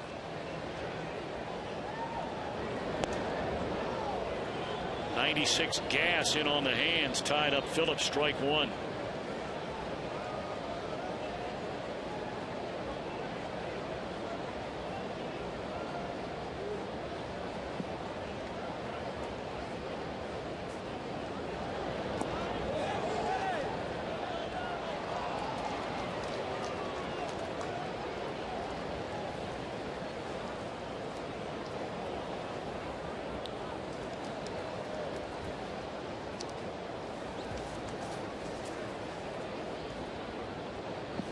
Cody Kelly went 5 2/3 innings in relief last Sunday through 87 pitches in that 19-inning loss to the Pittsburgh Pirates.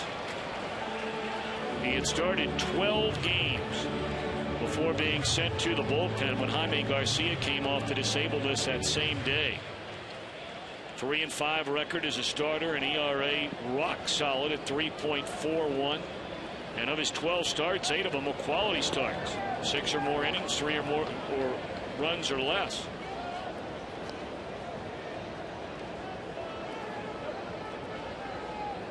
Made a dozen starts down in AAA with their Memphis team.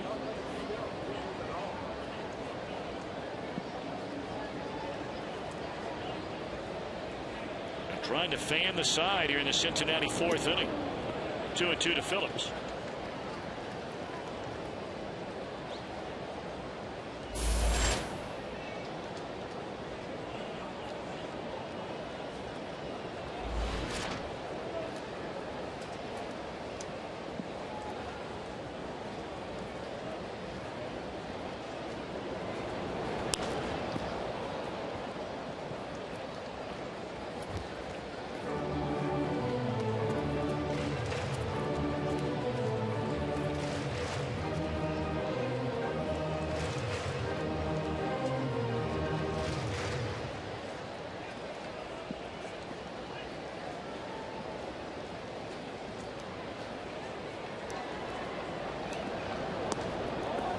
Breaking ball, and an entire defense of the Cardinals had made the break back to the dugout. Well, if you look at that pitch again, you see where the umpire is set up, and every umpire sets up the same way on the inside corner right there, and he's got a better look at that pitch than any other pitch in the strike zone. That ball, even of our slow-mo second look, went around the plate. Payoff pitch on Brandon. Struck him out in 94. 5 straight strikeouts for young Joe Kelly.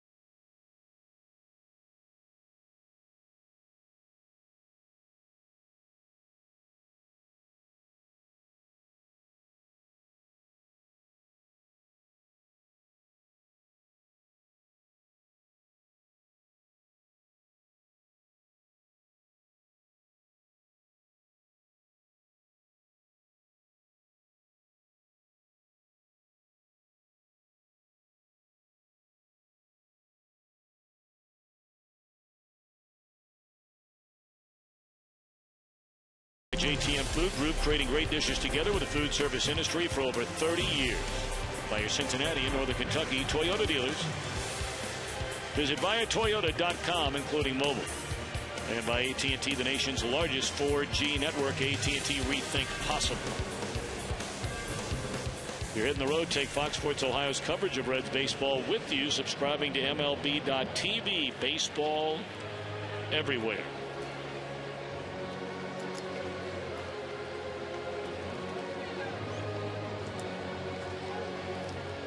Matt Latos allowed a run in the second inning.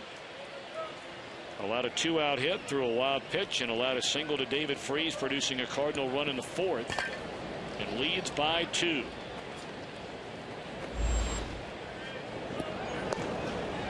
They'll face 8, 9, and 1 in the St. Louis batting order here in the fifth. For a call, Kelly, and one would assume he's going to bat. And then back to the top of the order in John Jay, and now Kelly has indeed come out of the dugout.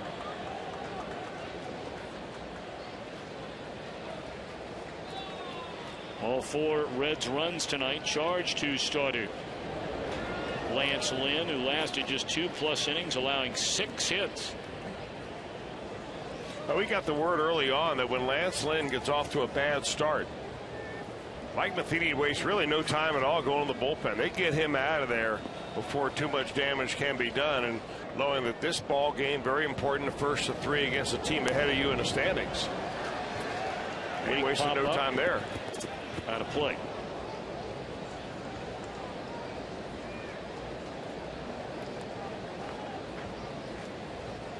Well, Mike Matheny made the comments following the series sweep over Houston yesterday that he was really charged up about this road trip.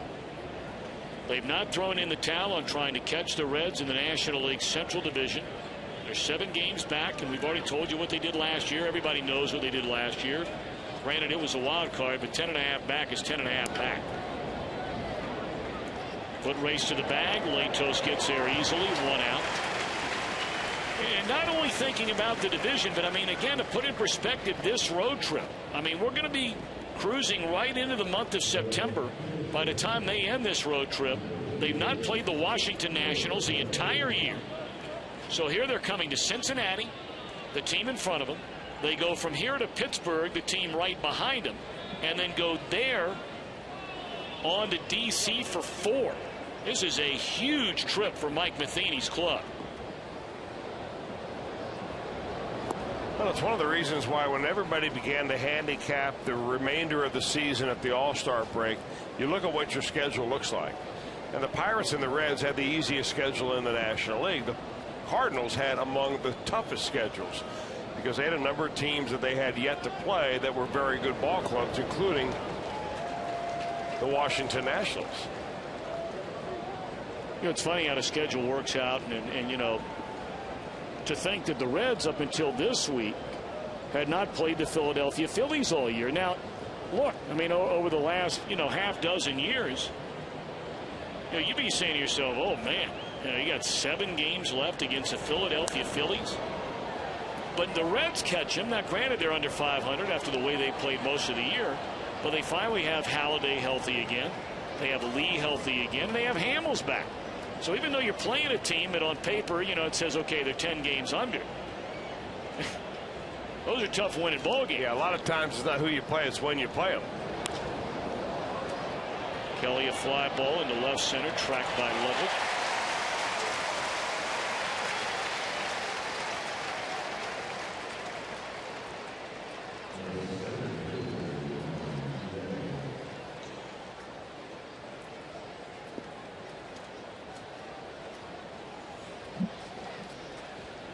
So a quick visit to the mound before Latos turns his attention to the top of the order. Chris, I would imagine Hannigan saying to him, look, we got 2 outs here in the inning. We saw what happened with 2 outs in the last inning, and they got the big guys coming up starting now. Let's get down to business and finish off his 5th. Well, Ryan Hannigan's really good at that. I mean, not only does he catch well, frames pitches well, prepares well, but he's a good cheerleader, and he's got a good idea on how to run his pitchers. And part of that is keeping them up or kicking them in the behind from time to time, other times stroking them and giving them, you know, telling them it's A-OK.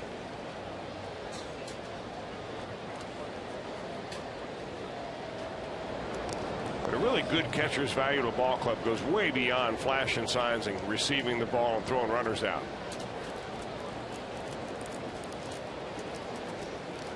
And Chris, only you would be able to speak of anybody in this booth about the trust that a pitcher has to build with Hannigan. I mean, you know, Latos comes over. Those two are paired up at the beginning of the year. Let's face it, the first month and a half, Latos was not very good. No. And I'm not so sure that they got along all that well. Latos had a certain way he wanted to pitch. Maybe Ryan Hannigan looked at scouting reports and said, this is the way we ought to do it instead. And both of them, you know, you get to the major leagues because you're a little bit stubborn and because you believe in yourself. So sometimes you're going to knock heads, but eventually it's going to work out. You realize you're both on the same team. You're trying to get to the same goal. And Latos has been so good since that month of April ended. The only pitcher in all the Major League Baseball with a lower ERA here in the month of August than Matt Latos is Tampa Bay left-hander David Price. 2-2 on Jay. Well, he's just throwing the ball right by John Jay, who's normally a pretty good fastball hitter.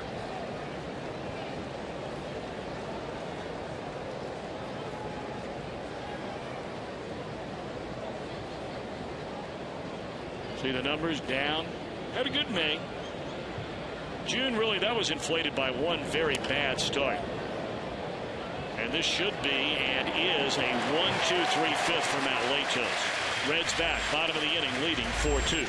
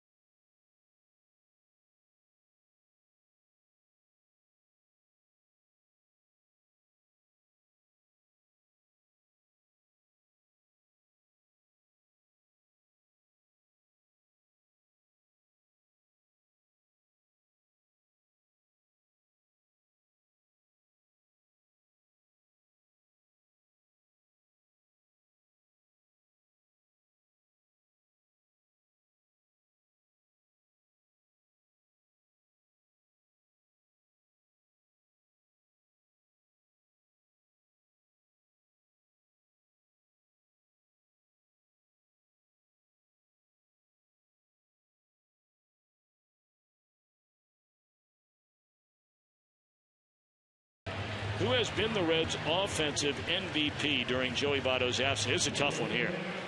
Ludwig, Hannigan, Rolen, Frazier. 1, 2, 3, or 4 text to 37664. Normal messaging rates do apply. We'll give you the results later in the broadcast. And we narrowed it down to just 2. I had a list of 4 on here, but we're just going to put it at 2. I think it's probably fair. I mean, if you're talking about big-time numbers, it's been Ludwig and Frazier. Hannigan, an outstanding batting average. Likewise for Scott Rolen, healthy again and playing well. But you look without Votto, Frazier has 28 runs batted in 37 games. And Ludwig has 34 runs batted in 35 games. So you make the call. Are you voting, Chris? Yay or nay? I'm not voting on that. Off the end of the bat in the year to Holiday. 1 out.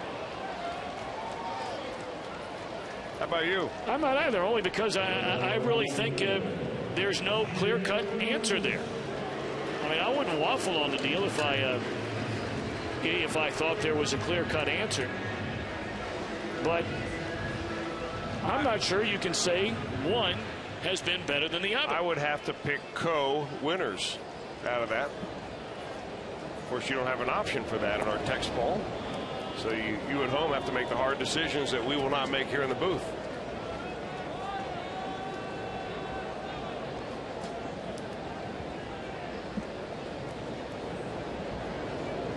Well, here's a guy that's been coming on strong of late. I mean, it was primarily Ludwig and Frazier. Now all of a sudden Jay Bruce, thanks to a red-hot couple of weeks, has knocked in 22 runs during Joey Votto's absence.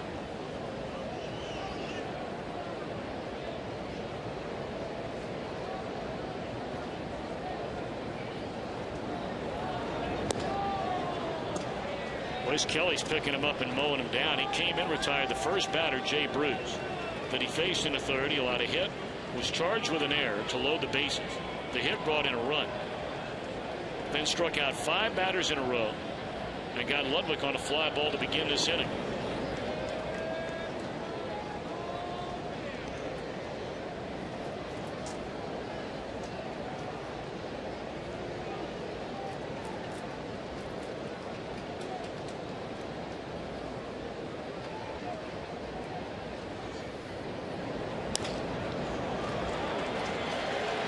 Wide open, the only spot for about a 22 hopper to roll through there, but it's a hit.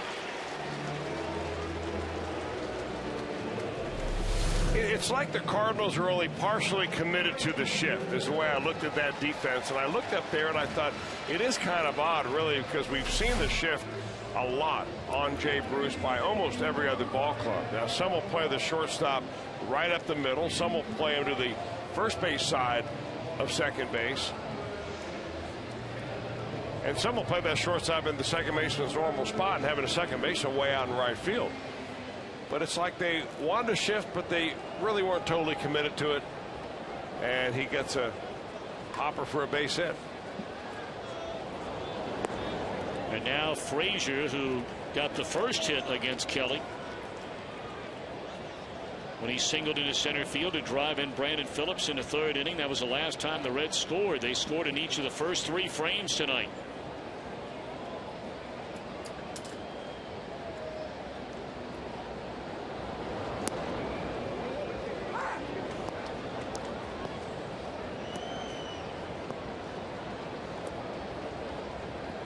Pirates, by the way, are in the bottom of the 6th inning at home against Milwaukee in a 2-2 game there. Giants red hot.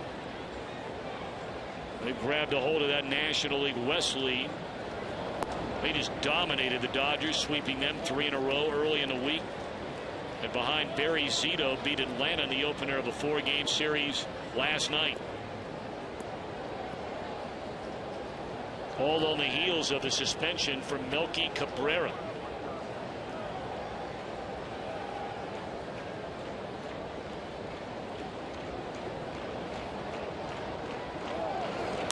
Runner goes, and it's popped up. This might fall. This is going to fall. And Bruce racing, able to dive in safely. How about that? Well, the Reds have had 2 very odd hits in this inning. That ball looked like it was catchable. Jay Bruce's was a 95 hopper up the middle, but let's take a look at this pitch by pitch. Joe Kelly, Todd Frazier, brought to you by Mazda. He's going after it primarily with hard stuff and trying to just keep it down. He's got a fastball that goes 95, and he misses outside there. And finally gets a pop-up. I'm wondering if Frazier thinks he hit the glove of Yadier Molina. Anyway, the ball comes in. Schumacher, the second baseman, never even bothers to go out after that ball, and Frazier picks up a bloop base hit, and the Reds are in business here with 1 out. Well, they had about a 27 hopper get through against the shift. They get a bleeder, and now they get a rocket into the corner, and that's up against the wall. Scoring is Bruce. Held at third is Frazier. Scotty Rowland makes it a 5-2 game.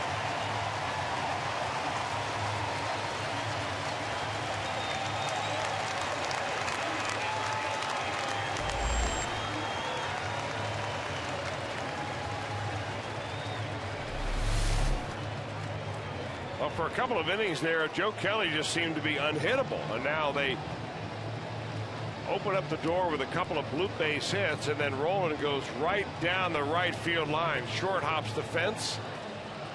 That's good for a double. Will drive in. Frazier goes to third. And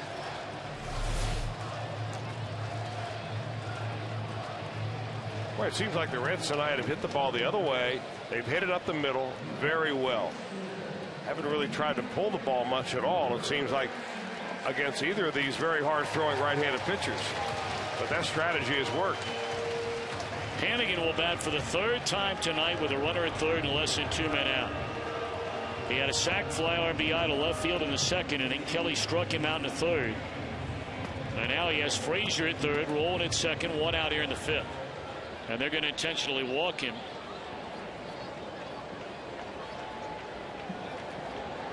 And pitch to Mataletos.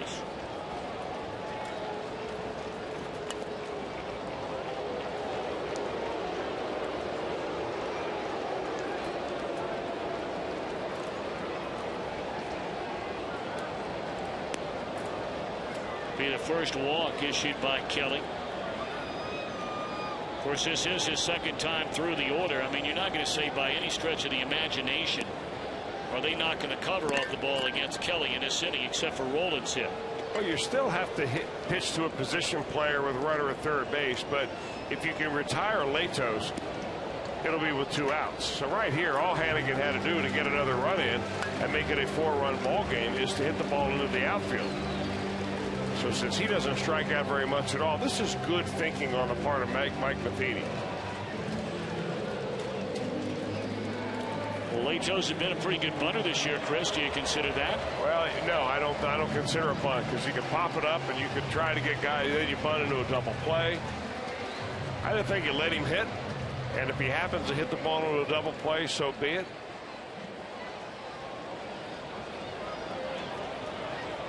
But he's shown us that he can handle the bat pretty well. Well, Craig certainly thinking about the possibility of a squeeze here. Breaking ball outside. Yeah, but the third baseman, David Freese, is not. He's about 3 or 4 steps back.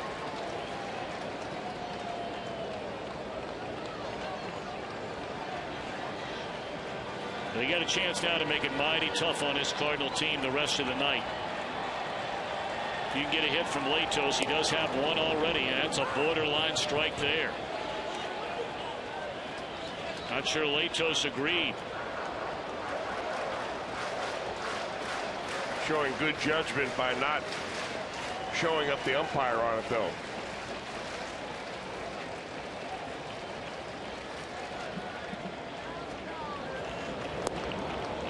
Strike 2 there.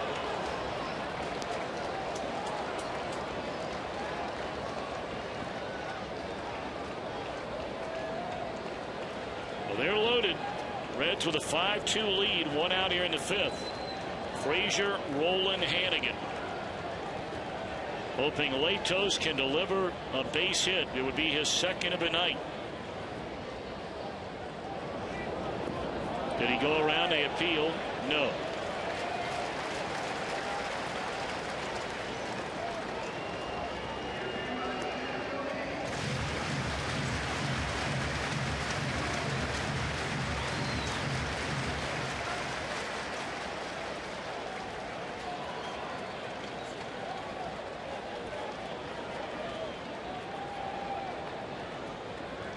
Two and 2 on Mataletos. Bases loaded, 1 out. Fouled out of play.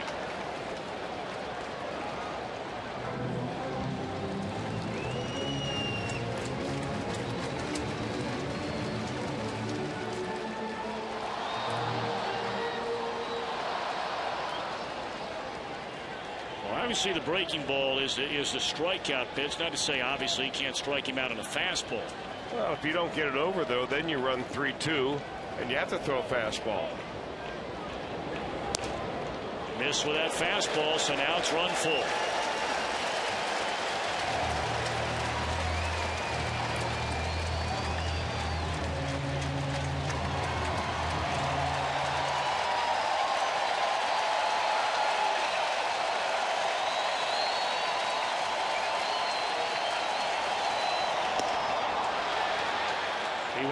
that time. 2 out.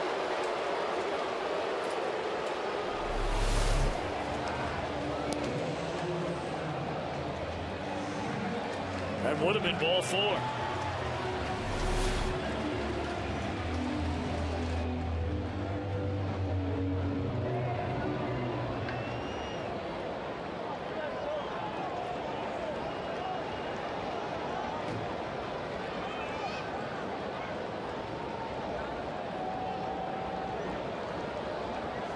So now Cozart with the bases loaded and 2 out. Cozart a double, the run scored in 3 at bats. And a first pitch breaking ball snaps in there, strike 1.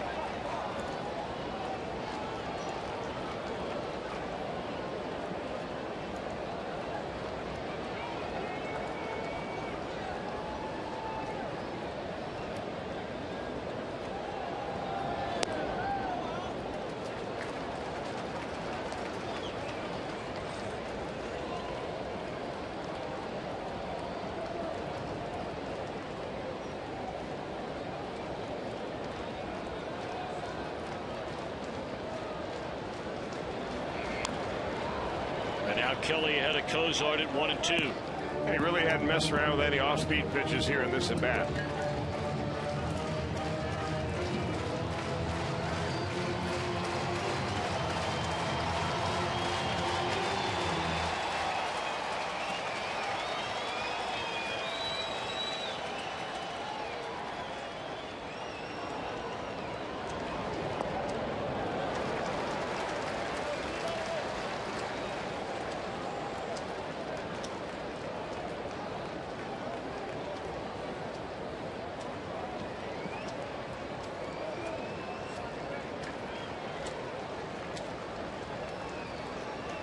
Two pitch to Cozart is on the way.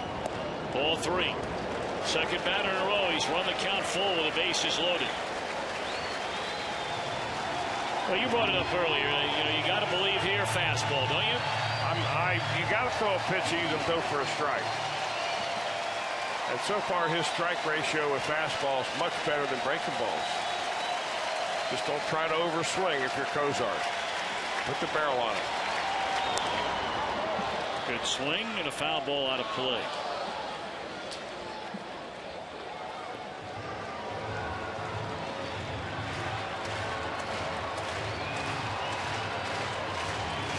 There's already 66 pitches out of the bullpen tonight for Kelly.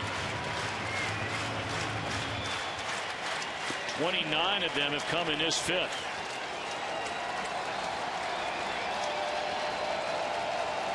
Three-2 on Cozart.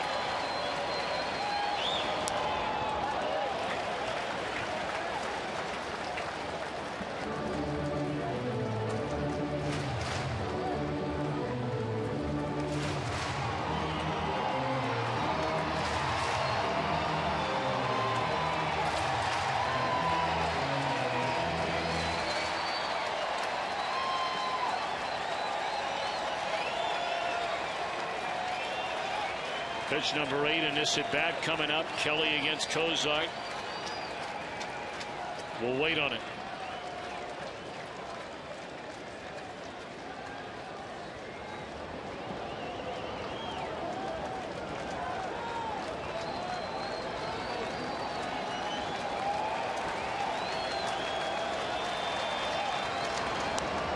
Threw him a breaking ball that time. Zach appeared a little anxious there. That was a bit of a hanger. Well, you're protecting against a fastball. So that goes along the theory of spoiling a good one or just spoiling one that you don't feel good about and just staying alive. Well, you got a guy like Kelly throwing as hard as 96. You can't look breaking ball and adjust to the fastball. It's got to be the other way around.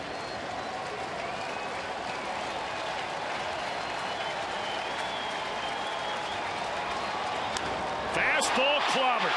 Straight away center field, but the deepest part of the ballpark and back short of the track, Jay, and that'll end the inning.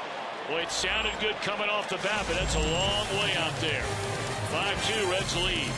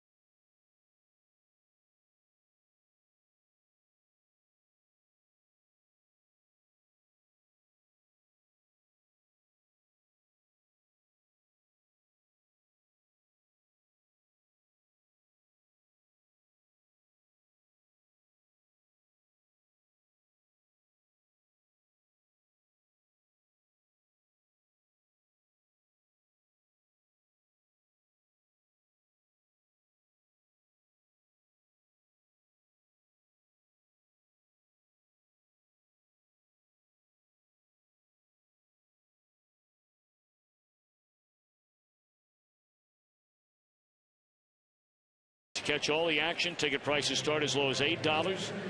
And for additional savings, plan a group outing of 25 or more. It gets better than that. 513-381-REDS. Visit select Kroger locations or log on to Reds.com for tickets. Still a ball game here tonight. Reds have left the bases loaded twice over the last 3 innings. They have a 3-run lead for Mataletos. And the Cardinals have the heart of the batting order coming up here in the 6th. Beltran, Holiday, and Craig.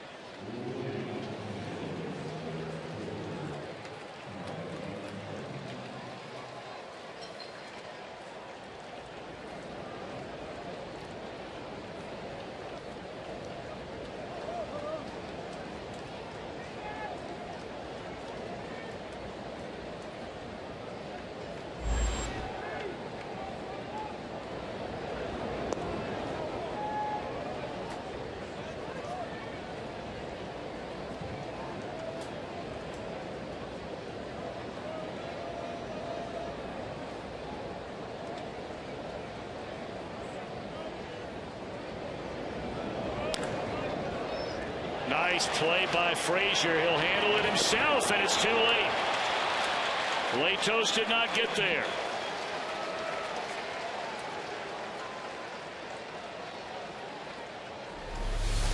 Now, I think he was a little bit faked out by Frazier. When Frazier came around, looks like he was going to take it himself, or at least so did Matt Latos thought so. But, you know, when you're on the mound like this, all it takes is one little hesitation. And by now, it's too late. You've got a guy that can outrun you going to first base. He's got the angle on you. And you turn a great play by your defense into a hit for the opposition.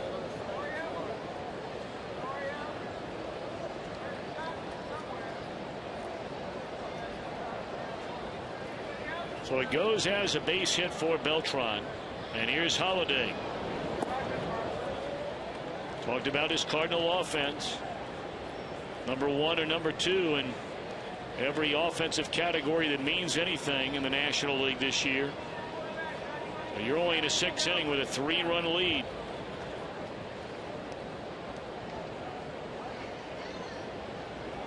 Holiday with 23 home runs has knocked in 85. Tonight 0 for 2, robbed of a home run by Bruce in the 1st inning. And flied out to the track in right in the 4th. And you've also got a bullpen that's had a few innings on it as of late as well. So you'd love to see Latos go deep into this ball game. He's gone at least 7 innings in each of his last 5 starts. 2 of those ball games he's gone 8. So he's been an innings eater, that is for certain, ever since we've reached about the midway point in July.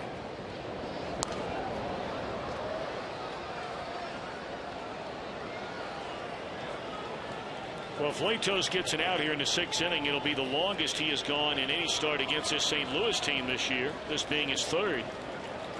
His first one was just a disaster. We talked about that earlier. 8 earned runs, not even getting through 5 innings. But that first start after the All-Star break, you may remember, those Cardinal batters really worked his pitch count. He got through 5. He pitched out of a couple of huge jams in that game. Wound up giving up 2 runs. But they made him earn it.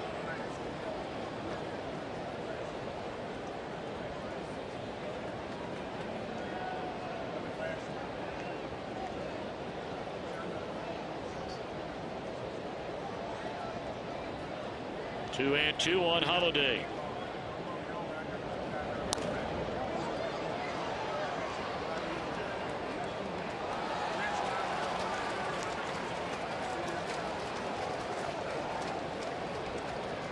Been the middle third of the Cardinal lineup that has hurt Latos so far tonight. Craig with a hit and a run scored. Molina a couple of hits. Freeze with a hit and an RBI.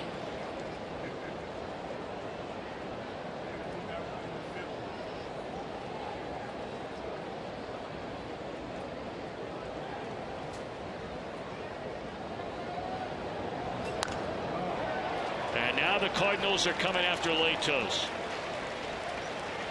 A mental mistake allowing Beltran to reach, and now he goes to third on a single by Holiday, and the tying run will come to the plate. Now, Matt Holliday can flat out hit. I mean, a lot of people thought, well, now with Albert Pujols gone, he's going to have to anchor the middle of the lineup to be the number 3 hitter, and he's going to get exposed. Well, not so. He's a lifetime 314 hitter, and for a big guy, he puts a ball in play so much. 6'4", about 240. That's a good level swing right there on a high fastball.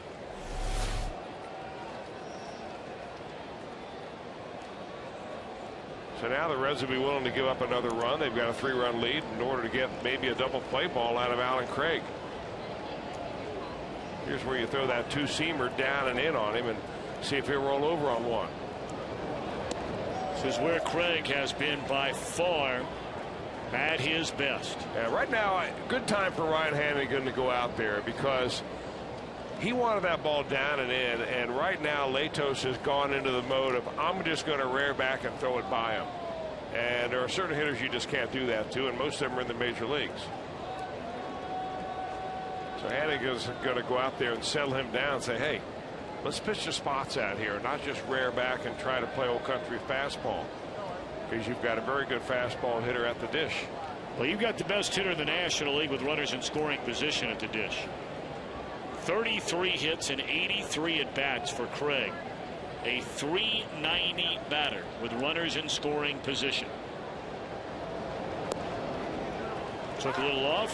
Following that conversation, he gets a strike. Now you just see how Ryan Hannigan almost willing him to get the ball down. He flashed his gloves 2 or 3 times right before that pitch, saying, come on, let's get it down.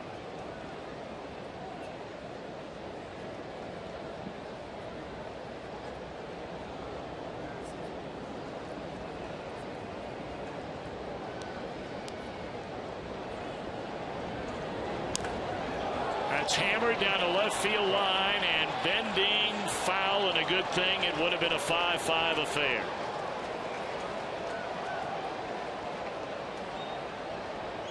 Well, he got ahead of a curveball right there, did Alan Craig, and I mean just a little bit ahead of that curveball.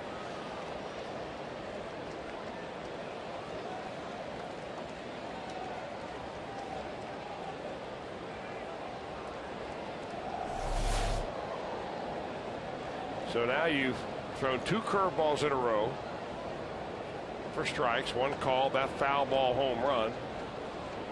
Now maybe go back to the fastball here. Slider away.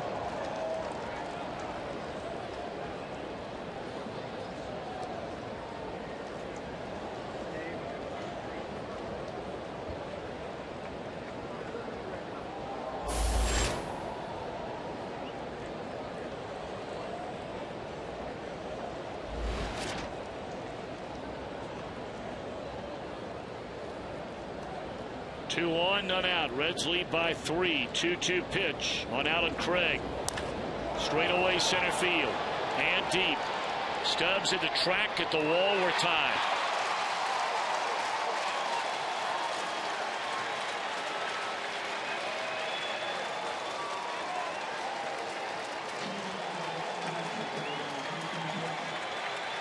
He has been undeniably the single most lethal weapon in the entire National League in terms of damage per at bat this season. Nobody's in the same league with Alan Craig in that category. You don't see very often a guy nearly hit a home run but goes foul, and then in the same at bat hits a home run for real. This one right out the front door, a low fastball. You can tell by the reaction of Drew Stubbs that that ball is hit and hit well. And barely over 300 at bats, 19 home runs and 68 runs batted in for Alan Craig.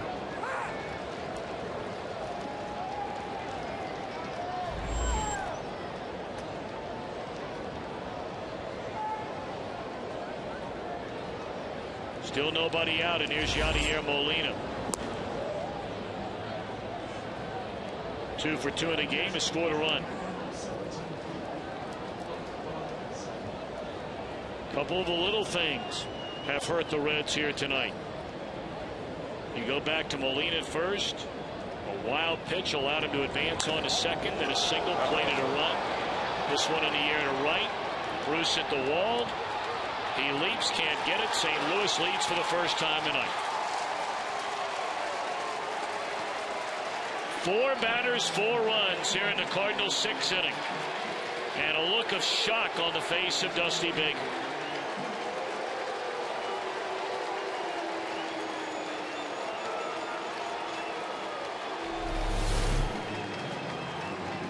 Well, 3 hits on the night for Yadier Molina.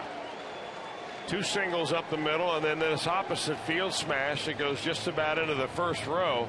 Boy, Bruce came close to getting that ball.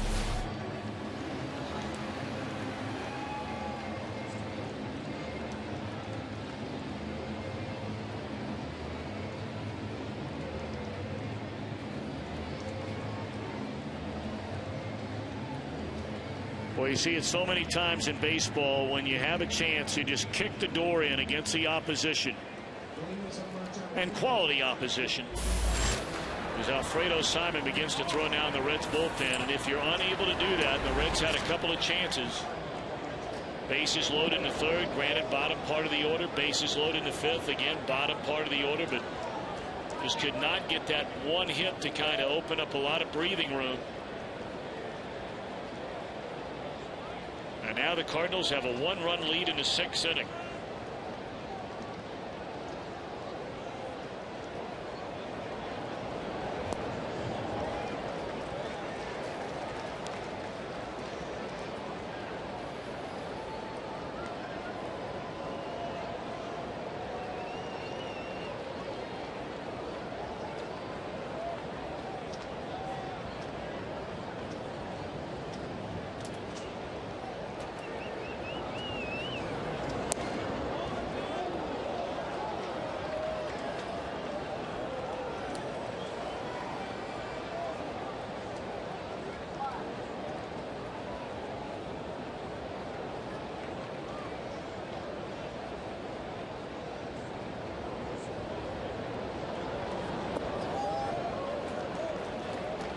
Might be the final batter of the night for Latos.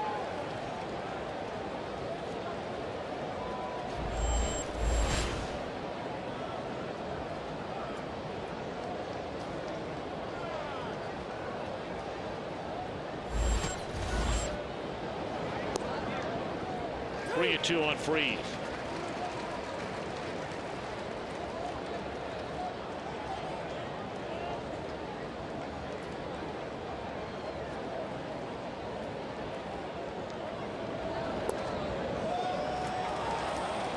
Ball 4, and you got to wonder if that's it. Dusty Baker's pondering this decision, walking around in the dugout now out of his seat.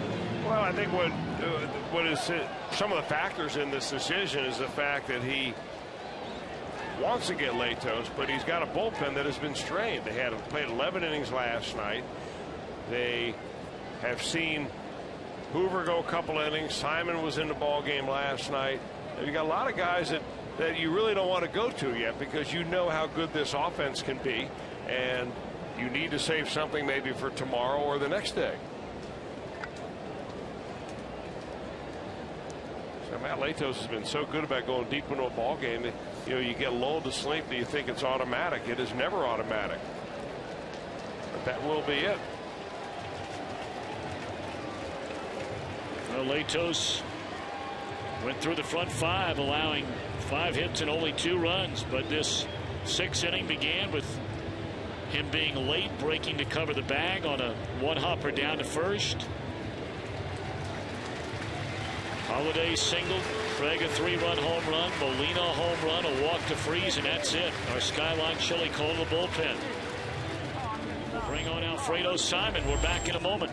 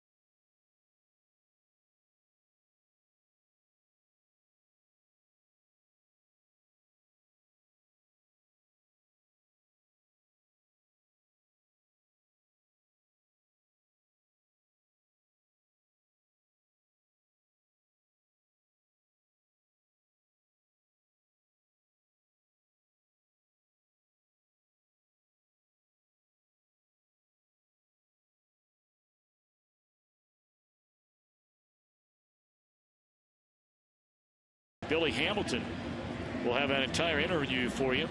Plus the Bengals starters. Are they ready for the regular season? Zach Jackson answers those questions. Follow all the action and Reds coverage at FoxSportsOhio.com.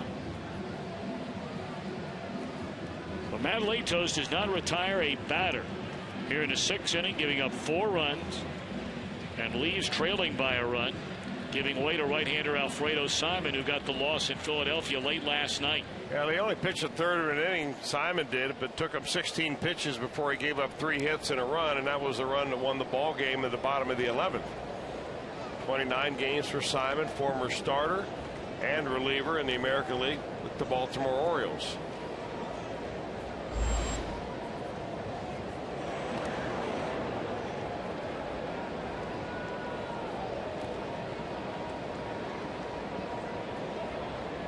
Scott Rowland believing perhaps Skip Schumacher will be up there to bunt the runner on his second base. They're going to hit, one would assume, for Kelly. They let him swing away, and he drops one in front of Ludwig. 6 straight Cardinals have reached base to begin this 6th inning.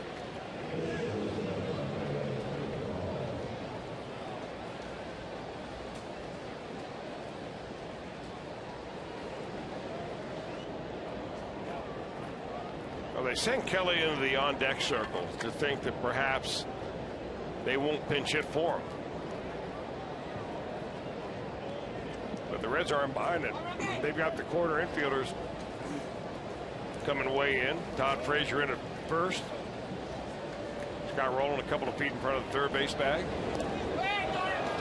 And the runners are going to advance without having to put down a bunt. That ball hit the umpire.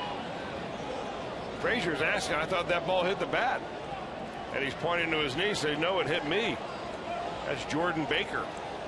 First-year Major League umpire, all 6'7" of them.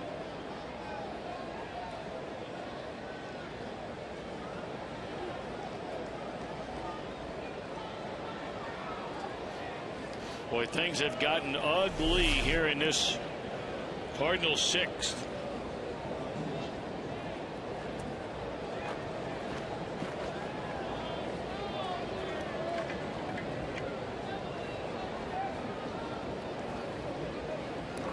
Reds infield drawn in.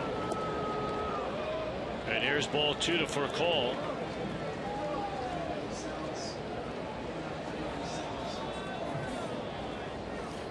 Matt Carpenter now out in the on-deck circle to bat for Kelly.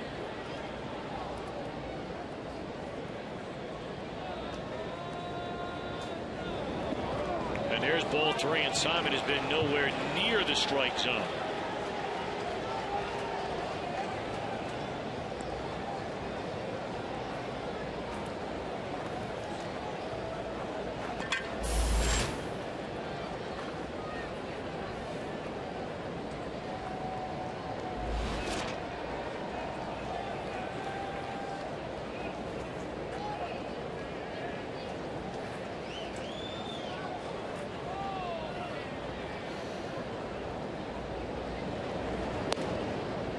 That one in there, fastball strike.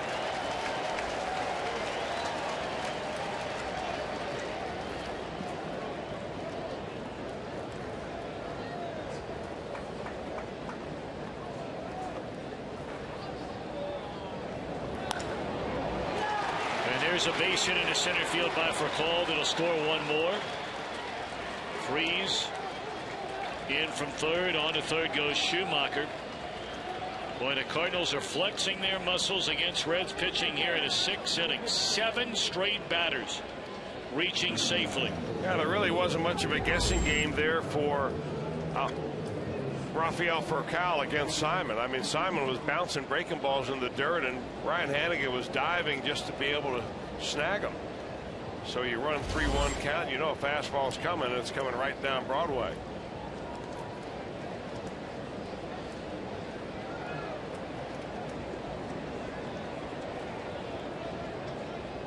So here's Matt Carpenter. Kelly goes 3 innings, allows 4 hits and 1 run.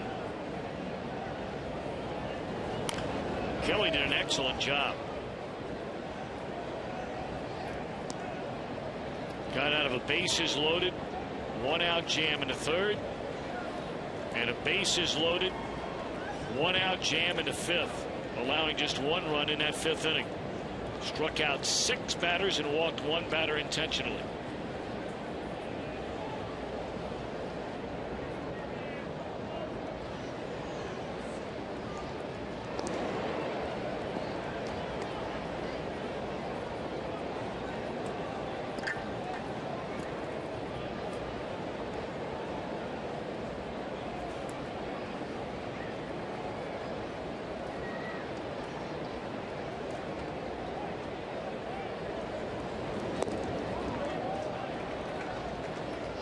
This crowd in upwards of 40,000 here tonight. Just stunned by what has happened here in this Cardinals 6th inning. It was only about 10 minutes ago. The Reds had a 5-2 lead. Latos coming off a 1-2-3 5th inning.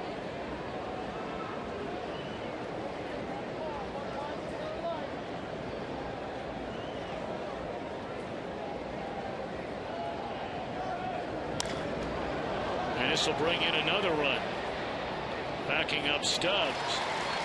Tagging and scoring is Schumacher, and that's a first out in the inning. Sac fly RBI by Matt Carpenter to make it an 8-5 St. Louis lead.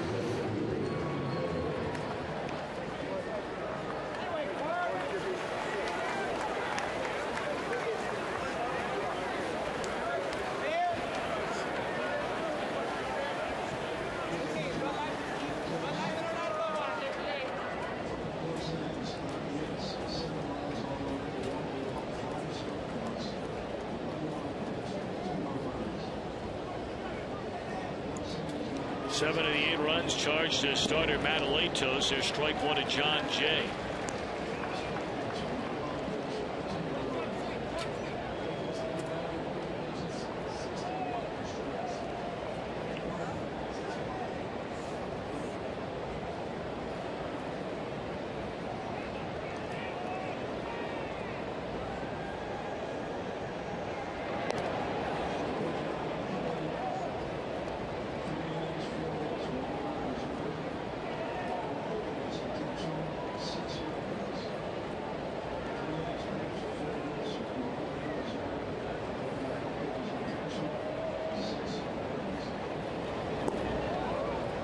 One to Jay, who's 0 for 3 in the game. Twice has bounced out to Frazier and has also struck out.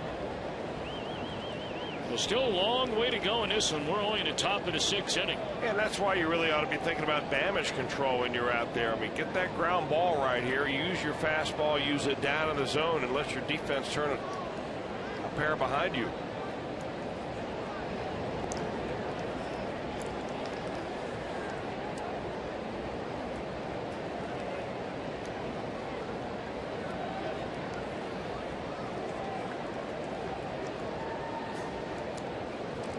Call with that cover over the left hand that he dives in, sliding head first, and he's taken off here, and it's fouled out of play. You know, it's interesting if you take a look at that, and I've not seen that thing up close and don't know anything about it, but you can see that it's a different color. It's a different color than the base. So it gives the umpire a look as to exactly when that cover at the edge of his hand gets in there. But it looks to me like it also adds a few inches of reach, which would lead me to ask a question or two if I'm playing against Rafael Furcal.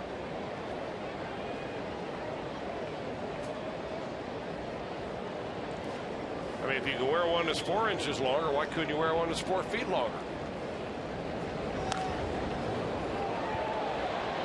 Well, they get the out at second base. What a play by Kozart. Somehow, some way, all his momentum going into right field, and able to get it to the covering Phillips in time.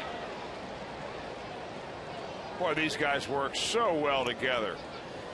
I mean, Kozart has been many times on the other side of that play. He's been the guy at second base waiting for Brandon Phillips to come up with a miraculous stop and a toss backwards. Nice play by Brandon right there, too. Now, those two guys can play some serious D. That may be a big play in this ball game. 3-run spread. And it all began with Beltran, who hit a one-hopper about 10 feet behind the bag at first. It was gloved cleanly by Frazier. But Latos, a slight pause in his reaction, not going to the bag at first. It allowed Beltran to reach. And he would become the first of what so far has been 6 Cardinals to touch home plate in this 6th inning.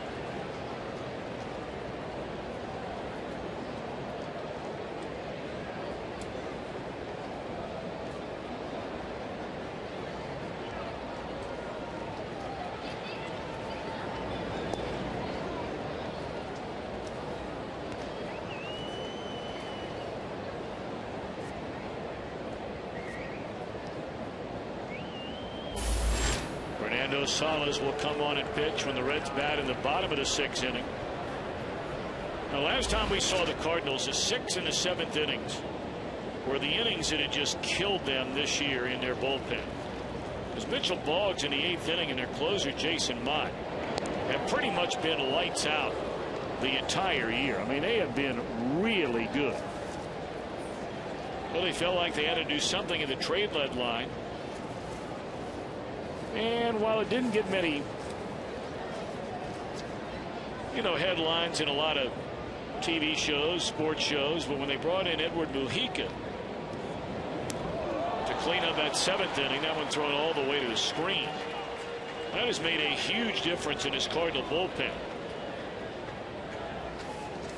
Well, the 6th inning especially, it's the only inning that the Cardinals have had this year where the opposition has scored more, other than the 1st inning, than 60 runs, and they scored 76. So the 1st inning is the biggest scoring run, both for the Cardinals and against, usually is, on both teams. But the 6th inning is the other one. And that's when you get that starter knocked out of there and you go into middle relief, and there's a lot of teams that have problems right there.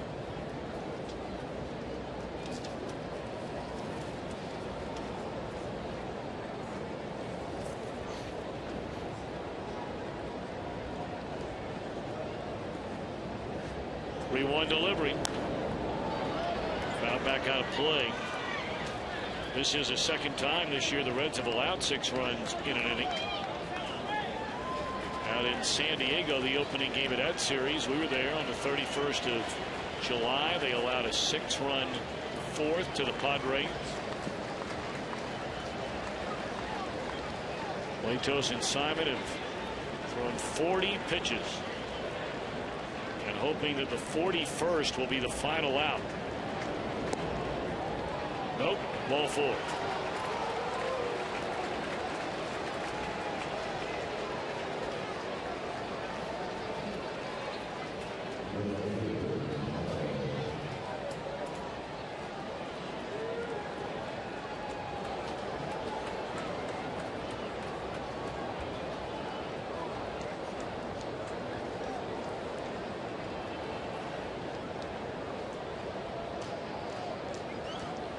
So now Holiday, who after the Beltran hit to begin the inning, moved Beltran on to 3rd with a base hit into right. Tapper to the left side. Kozar charging, throws, and they've got him. And mercifully, this inning is over. Cardinals have a 3-run lead after a 6-run 6th.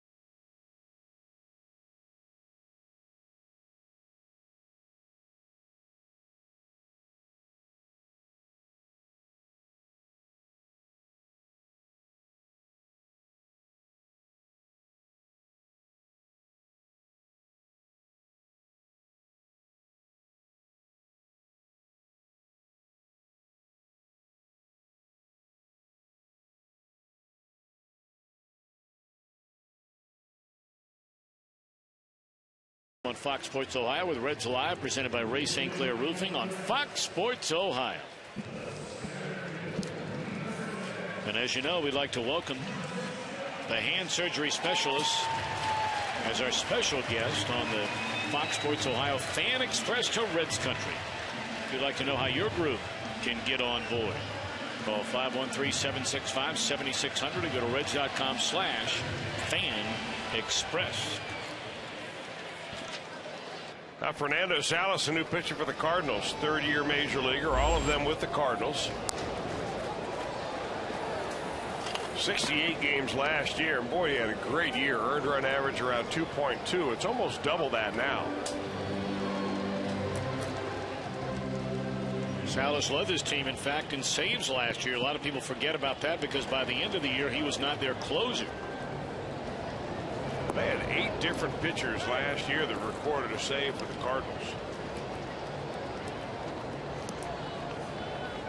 He had more than any of them with 24.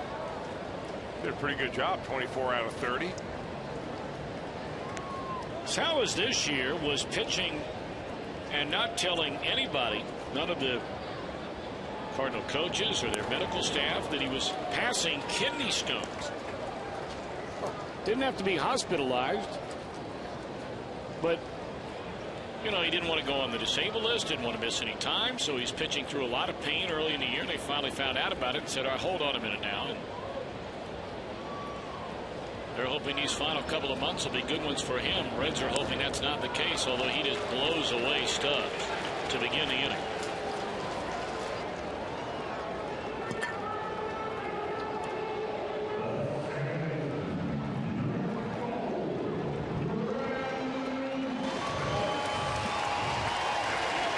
We'll see if the Reds can mount a comeback here tonight. Down 3, they led all night long. Well, we kept talking about it. They had so many chances in this game to really deliver, if not a knockout punch, certainly a punch that would have wobbled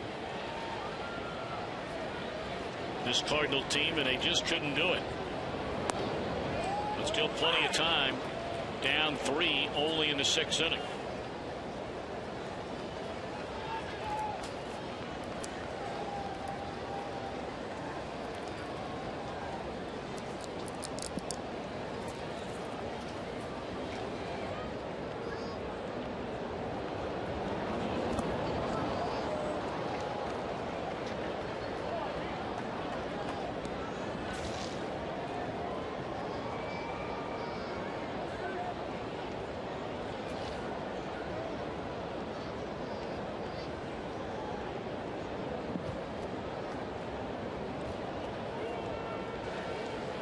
Oh, and 2 on Brandon. Ryan Ludwig next, and the Reds are hoping to get to Jay Bruce and then some here in this 6th inning against Fernando Salas.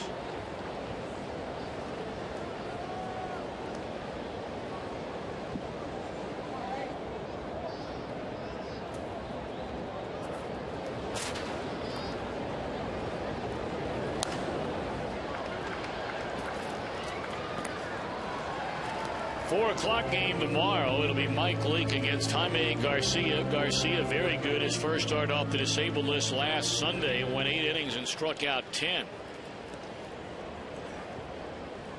Then Homer Bailey against Adam Wainwright. Wainwright is on some kind of roll, man. That'll be a 1-10 start Sunday, and then the Reds are on the plane and out of town again on their way to the desert.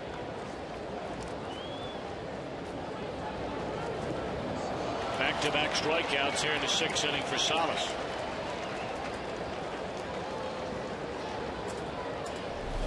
Reds have seen a lot of Salas over the years. This is the 17th ball game that he's pitched against the Reds. Features a 93-mile-an-hour fastball, hard breaking ball right there. That little slider just had a lot of bite on it.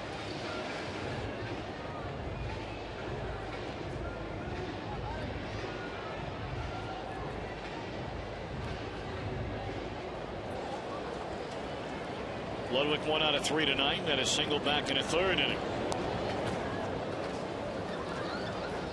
Well, Those 16 games previously that Fernando Salas has pitched against the Reds, all of them in relief, obviously. He's only given up a run in 3 of them.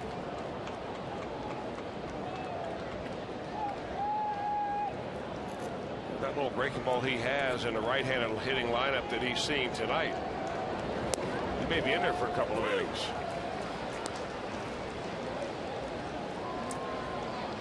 Well, not fooling around now ahead of Ludwig 0-2 after fanning Stubbs and Brandon Phillips to begin the inning. I'm not sure what he's feeling for with that index finger of his. I guess he spikes his breaking ball a little bit.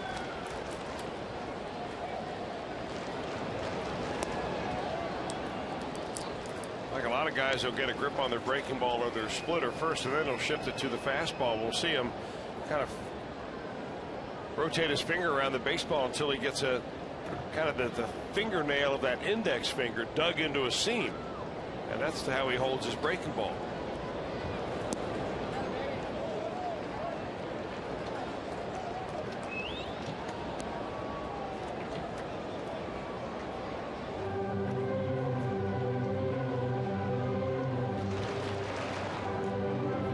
Of course, the power finger on that pitch is the middle finger, the one that's laid along the seam, looking for just kind of raising that index finger to get it out of the way.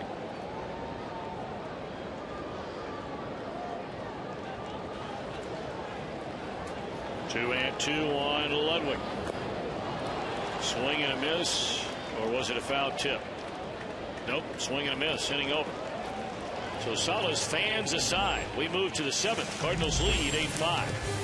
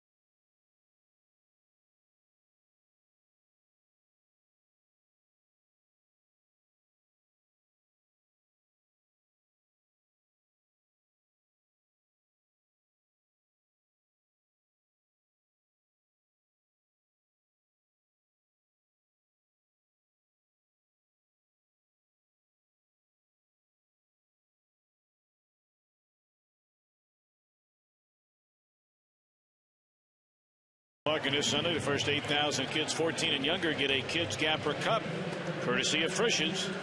And why not take advantage of the Meyer ticket deal and see the Reds and the Cardinals 1:10 start. 381 Reds, or visit Reds.com for tickets. Only a 3-game homestand. A lot of the boaters out on the Ohio River on a beautiful August night, hanging around for the fireworks show after the ball game tonight. Who knows, maybe some of them are already coming in early for the big fireworks show. That'll be next Sunday night in downtown Cincinnati. Cincinnati Bell and WEBN, one of the biggest fireworks shows in all the United States. Hard to believe there could be one better, that's for sure. Well, hard to believe we're already to almost Labor Day. After this weekend, Labor Day Monday will be the next Reds home game. Philadelphia Phillies come to town.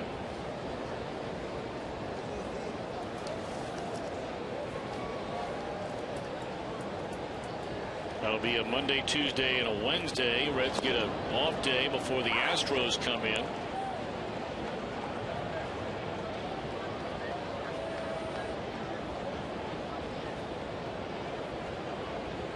And the Reds only have one more homestand left this season, with the Dodgers coming in and final 3 home games against Milwaukee. So home games are few and far between from now to the end of the year.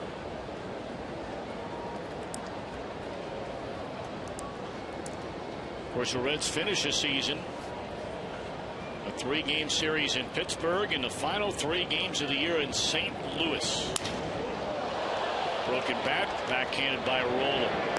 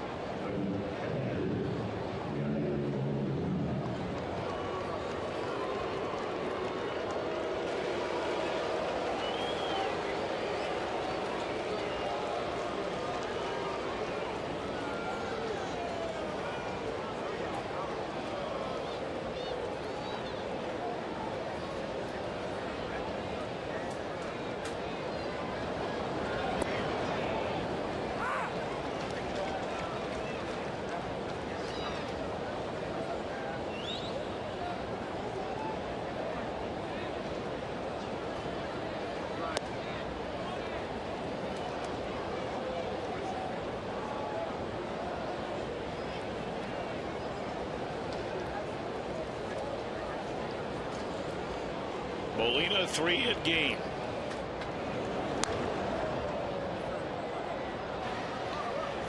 Just getting warmed up with singles in the 2nd inning and then a single and a run scored in the 4th inning before hitting a home run, clearing the wall in right field, going back-to-back with Alan Craig in that 6-run 6th.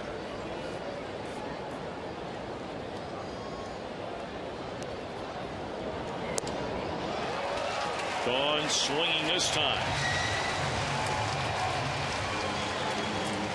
First strikeout for Alfredo Simon.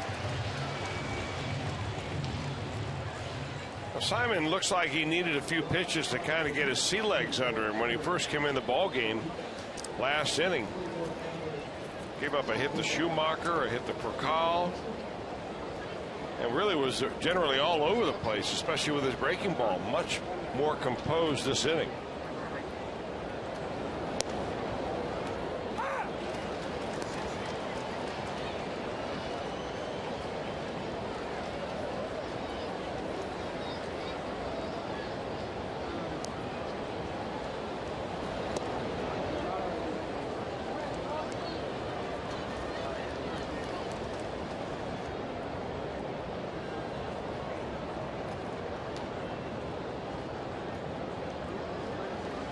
One to David Freese, and a dribbler foul. Reds will have Bruce, Frazier, Rowland hoping for more in the bottom of the 7th inning. And no activity down in the Cardinal bullpen right now. Although again, we mentioned they brought in Mujica to be their 7th inning guy. He has not allowed a single run since coming over in the trade from Miami.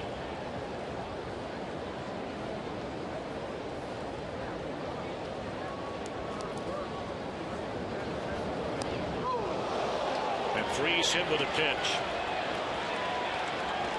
Got him on a 1-2 pitch. That's a 96-mile-per-hour fastball. That got him right above the elbow, I think. Make it right above the wrist. Ouch. Of course, he broke a hand a couple of years ago getting hit with a pitch. Freese has never played more than 97 games in a season before this year.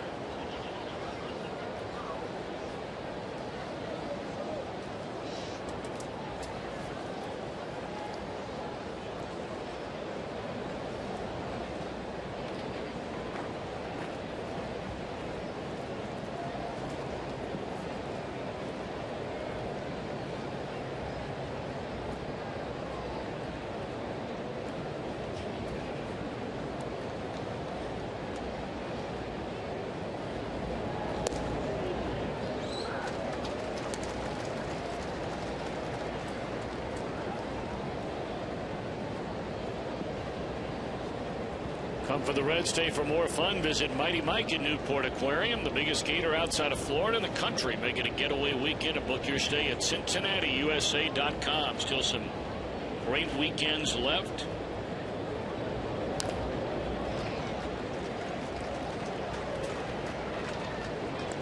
Oh, and 2 on Schumacher.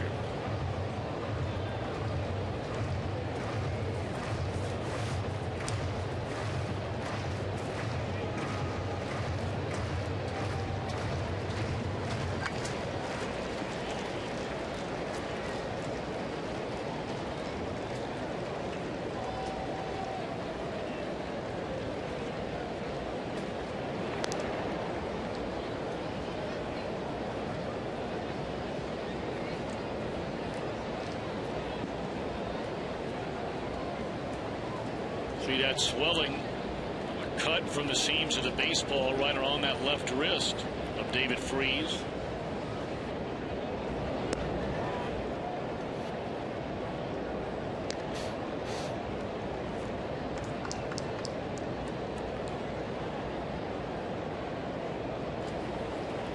Most things swell up in a hurry, don't they, Chris? Yeah, you know, the cut is the least of his worries. Yep.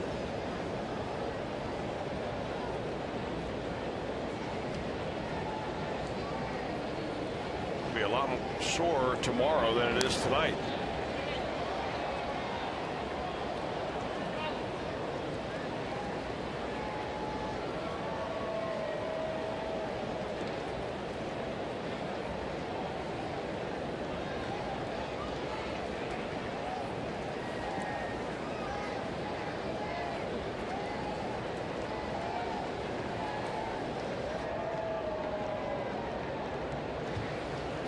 Simon trying to put an end to this top of the 7th inning. 1-2 the count on Schumacher. And by a diving Brandon Phillips. Well, how many times has he dived for a ball tonight only to have that ball just beyond his reach? Some nights you get him, some nights the ball just goes and you can't get to it.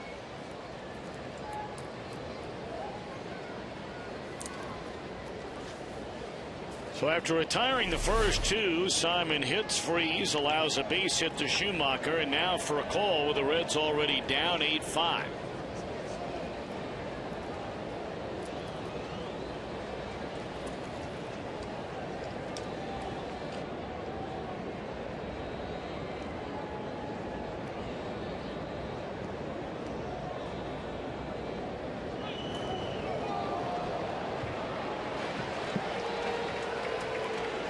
That'll be another wild pitch on Simon.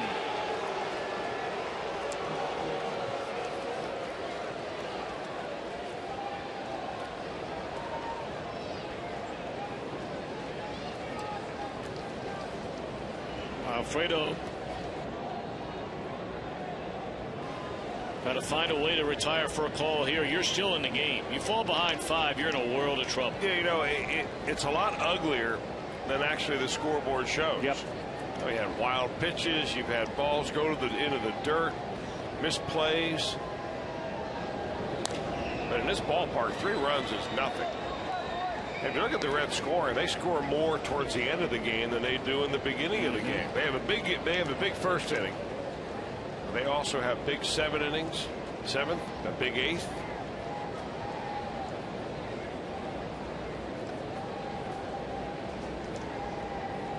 Right about holding them right here. There certainly is just a field difference of being down 3 in this ballpark or any ballpark and down 5. And it's going to stay a 3-run game. So 2 men left on base. Reds are down by 3 with 3 more cracks at them.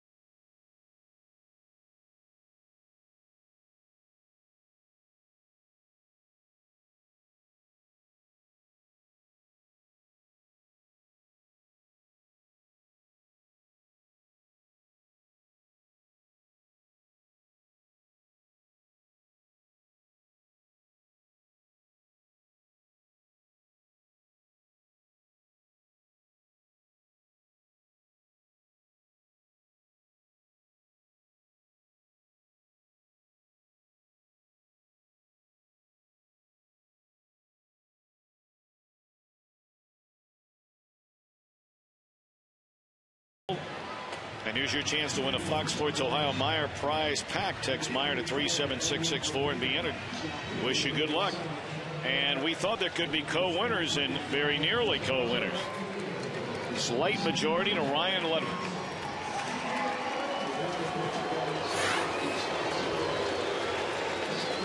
And based on those numbers, fitting.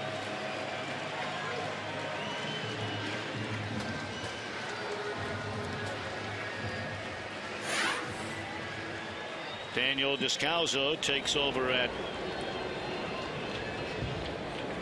second base. And it's still Fernando Salas. Or no, I beg your pardon. It is the aforementioned Edward Mujica who is brought over for this role, for this seventh inning. You see his overall numbers. But he's not allowed a single run since coming over in the trade and pitching for the Cardinals. 0-2 to Jay Bruce. Salas a perfect inning. 9 of the last 11 outs have come by the strikeout.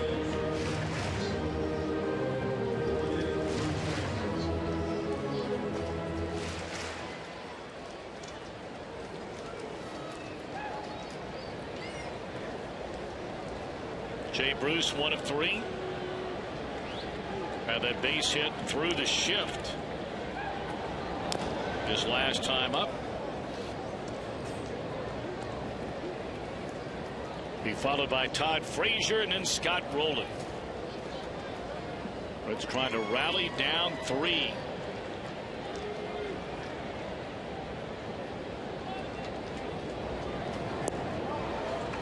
And there is another strikeout.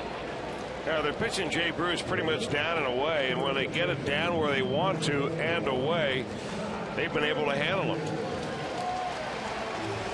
Except for that little ground ball base hit against the shift, he's not looked all that great. That's a pitch that if you're pulling off the ball at all, that's a pitch that they'll throw you where they'll just expose that flying front side.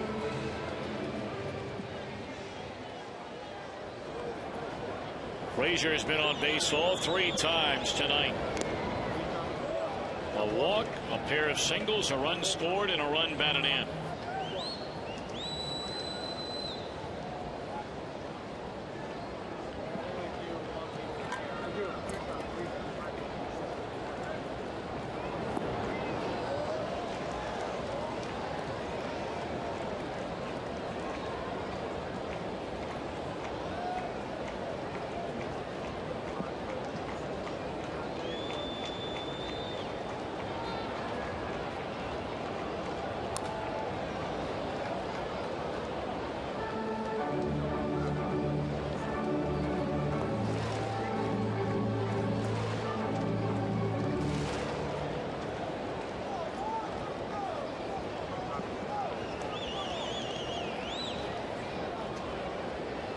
Oh, and 2 on Frazier.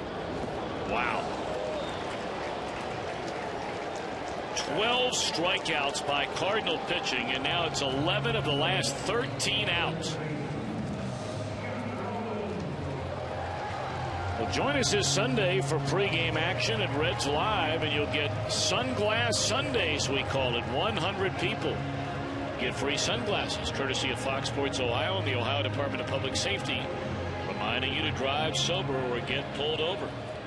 We may have to get down there and get some of those shades, Chris. We're on our way to Arizona. Yeah, you could use an extra set.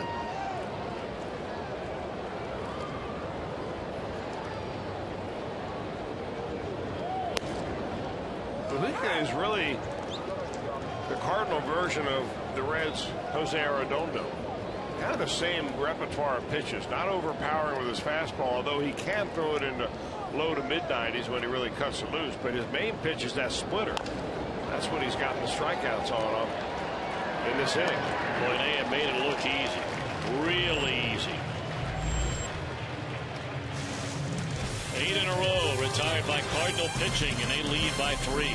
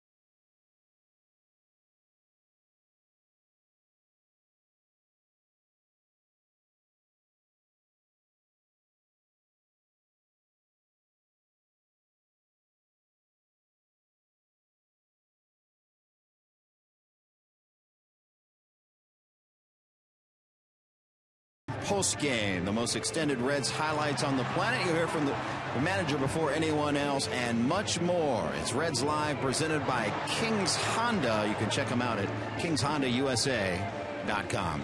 Jim Day with you beside the Reds dugout, and a special Reds Live coming up after the game. Of course, this is Barry Larkin weekend. There'll be a live Q&A session with Barry Larkin and former teammates like Eric Davis, Dave Parker, Rob Dibble on the field before the fireworks. It'll be my pleasure to host that, and you will see it live on Reds Live postgame. As we go back upstairs to the Champion Windows broadcast booth, boys, you got any suggestions on questions?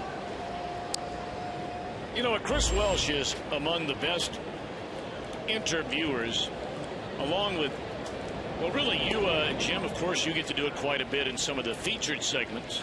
Jeff Picoro does it frequently and quite well during the post-game show.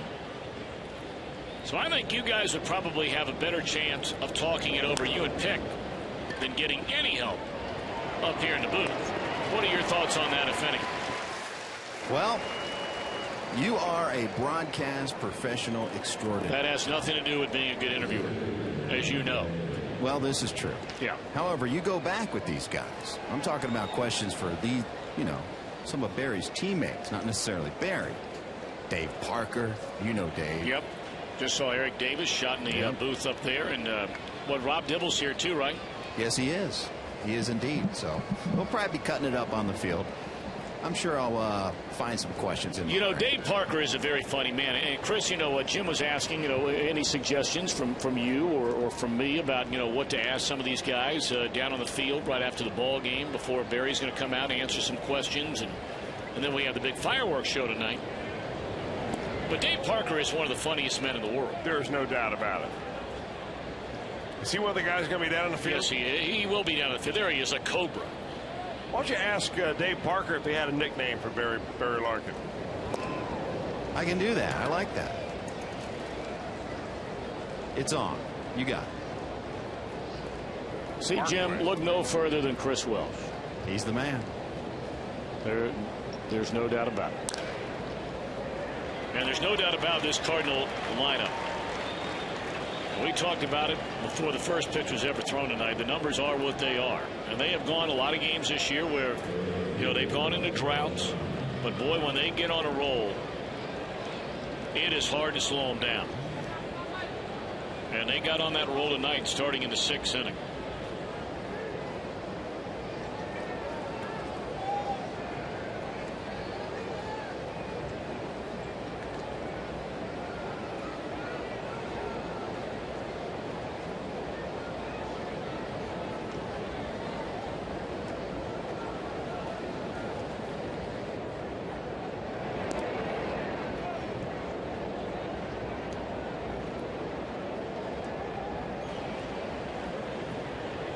Carlos Beltran with 1 on and 1 out.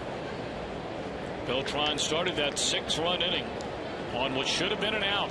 Hard hit ball was a nice play by Frazier, but Latos failed to cover the bag in time. It turned into and was scored rightfully an infield hit. 6 runs would score in the inning.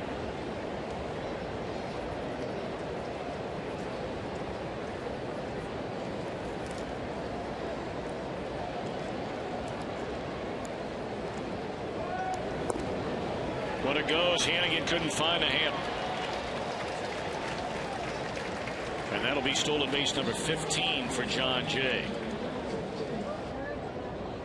Well, Jay, coming into this inning, was one of the only guys in this lineup that did not have a base hit to brag about. So he picks up a hit, picks up a stolen base. This is a very balanced lineup. Balanced from the standpoint of lefty-righty, balanced from the standpoint of having power up and down the lineup, having 300 hitters all the way down the number 7 spot in Skip Schumacher. I'll tell you another thing they have up and down this lineup is they have guys who will steal bases. Yeah. I mean, look at Jay now 15. Beltran has 13.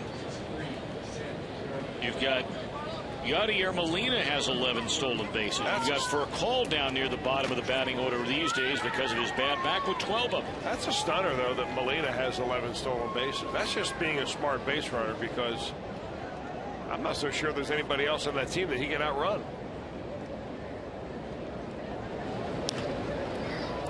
High fly ball that'll back up Bruce.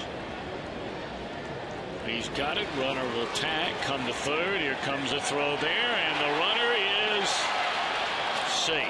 Popped out of the middle of Roland. Looked like he may have been blinded by the sliding John Jay. Well, you couldn't throw it any better than Jay Bruce did right there. I mean, on the mark with a lot on it. But that is always a tough angle for a right fielder, because you're throwing the ball right at the same line that runner is heading into third. So oftentimes you get either tangled up with the runner or you get shielded out if you're the third baseman, never really see the baseball.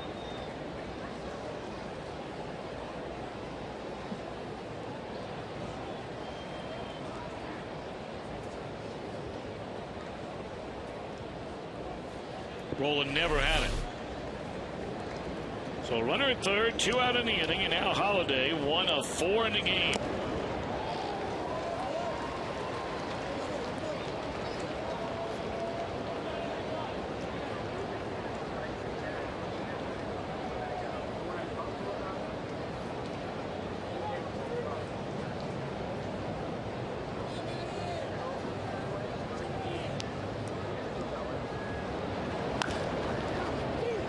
Two-hopper to Cozart, and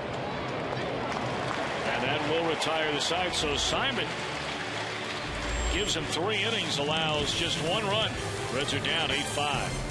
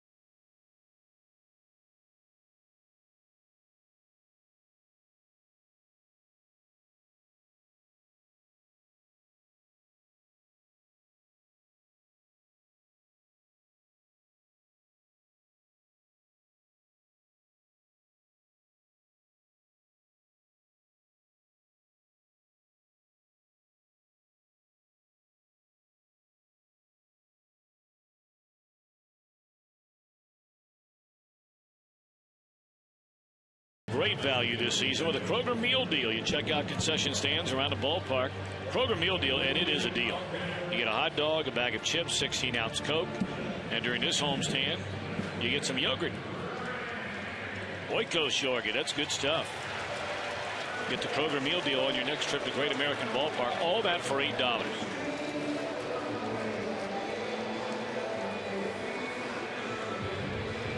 Well, we told you that 6th and 7th inning have been a problem for the Cardinals. They've addressed that with Mujica in the 7th. Because in the 8th and the 9th, this guy, Boggs in the 8th, and their closer, Mott in the 9th, have been pretty good. One hopper, right at Hannigan. And that's an easy out, and that is 9 in a row retired by this St. Louis Cardinal bullpen.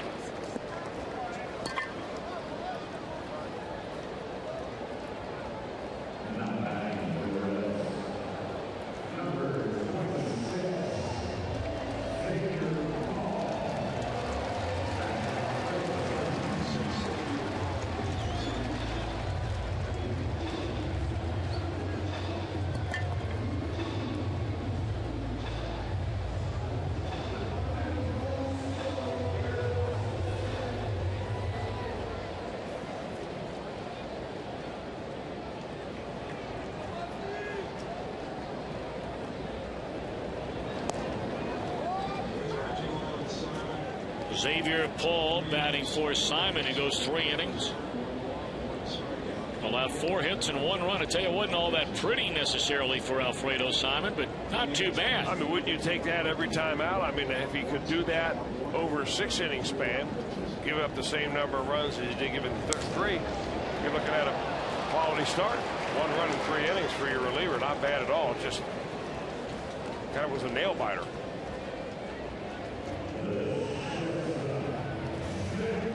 Reds early on going just 3 for 12 with runners in scoring position. They left 2 on in the second, 3 on in the third, 3 more in the fifth when they had a chance to bust this thing wide open. But Lance Lynn and then Joe Kelly able to get the critical out and or outs when they needed them most and kept their offense in it before the Cardinals erupted for 6 runs in their 6th inning.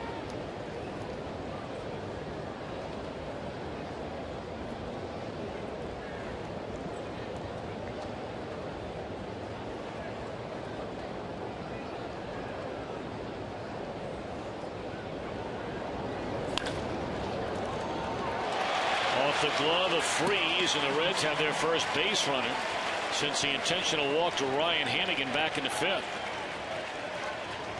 That'll be an error on David Freeze.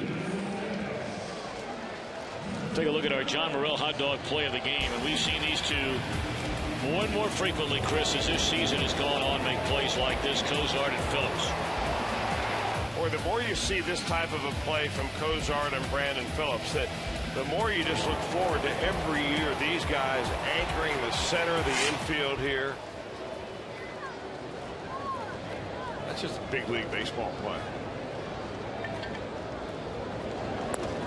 Well, you now that proverbial bloop and a blast away from tying this thing up, as bad as it's been over the last couple of innings. You get a break on the error by Freeze down at 3rd, and can the Reds turn it into something? They have not had a hit since the RBI double by Rowland in the 5th. 1-1.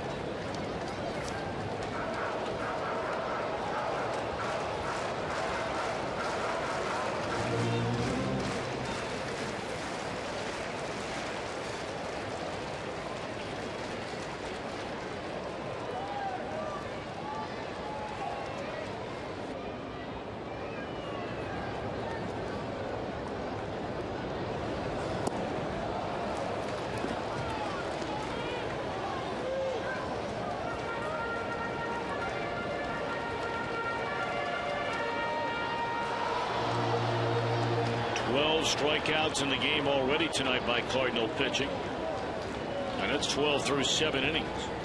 No strikeouts here in the 8th, although Stubbs behind now 1-2.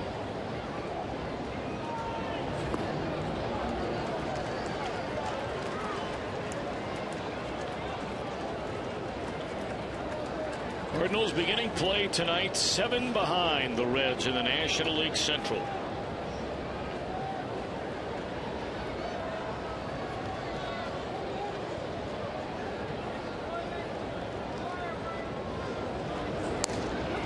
And here's a fastball right down the can for strike 3.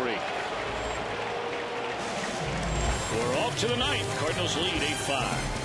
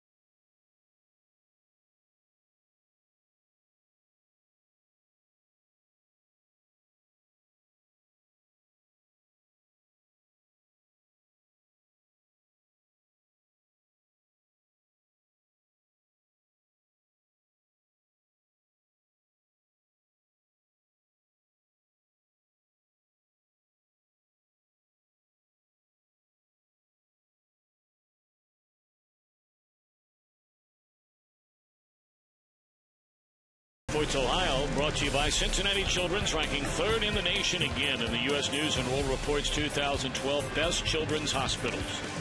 By the dependable, long-lasting Chevy Silverado in your tri-state Chevy dealers. And by the new summer barbecue menu at Burger King. Let's have a barbecue tonight. Nissan drive of the game. It tied it up back at a 6. Reds had a 5-2 lead and golfed to straightaway center field by Alan Craig. The next batter, Yadier Molina, homer to right to put the Cardinals in front. They have not looked back. They have a 3-run lead at the end of 8. Craig will lead off the Cardinal 9th inning, and the Reds will go to their bullpen. 5+, 7 earned runs from Latos, 3 innings, 1 run from Simon, and now it's right-hander Sam LeCure.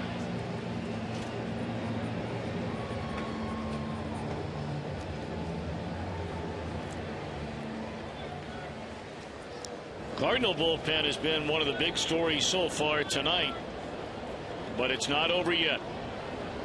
3-run game, and they'll give the ball to their closer, Jason Mott, in the 9th inning.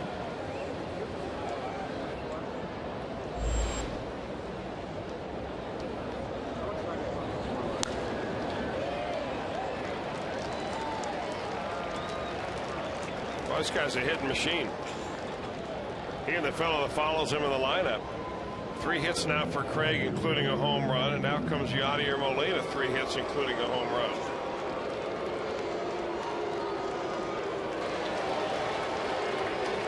Well, Craig has been biding his time for this chance, and we talk about it, Chris, all the time. I mean, what do you do when you get the chance? You know, he had some big hits off their bench during the postseason last year, but here this year, very early on, he too was injured, coming off knee surgery. When Berkman went down, he wasn't healthy enough to play, so Matt Carpenter got time down there. Craig got healthy, then got hurt again. And when he came back the next time, Berkman, of course, still out with a knee surgery. And Craig has never relinquished that job ever since. He has just knocked the cover off the ball.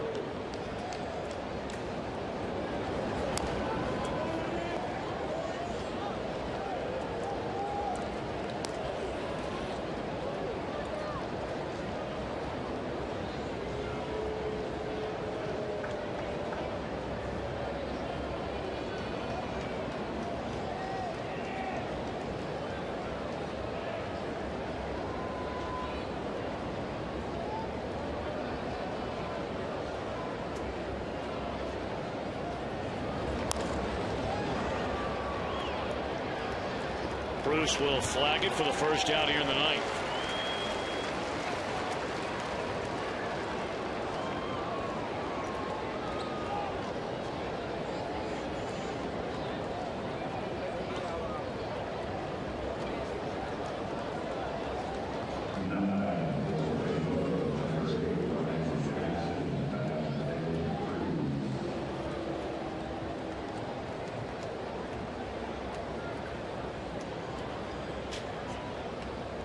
Going to go to their bench and bring on the youngster Ryan Jackson.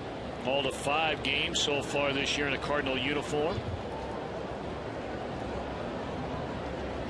Well, he's hitting for David Freese, and you wonder if that wrist that was hit by that 96-mile-an-hour fastball of Alfredo Simon right on the wrist of David Freese is the reason that they took him out of a ball game and attending to it down in that medical room.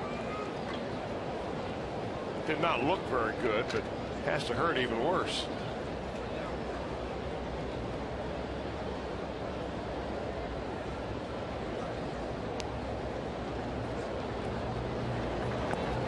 Breaking ball away from LeCure.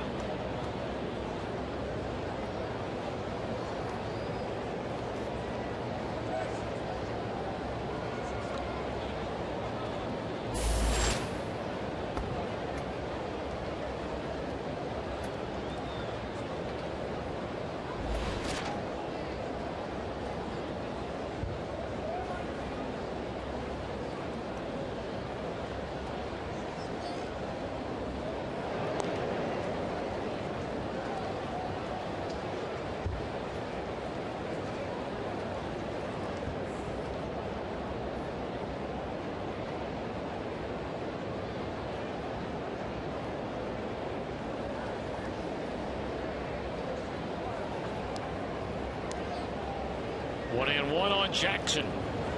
Swing and a miss on another good breaking ball. Look ahead of the Reds' 9th inning, and they'll have the heart of the order: Phillips, Ludwig, and Bruce. And if it stays a 3-run game, perhaps even if it's not a 3-run game, the Cardinals will bring in Jason Mott. He is a Cardinal closer.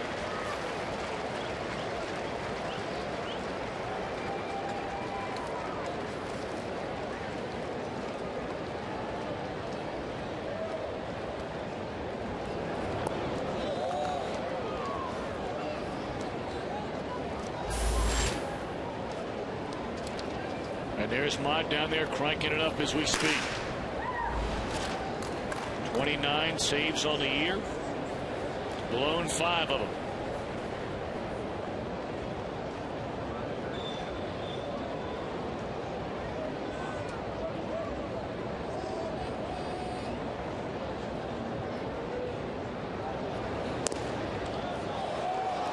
But you're one of that call, and the fastball didn't get it. Yeah, so did Ryan Hannigan. He kind of held it there an extra moment.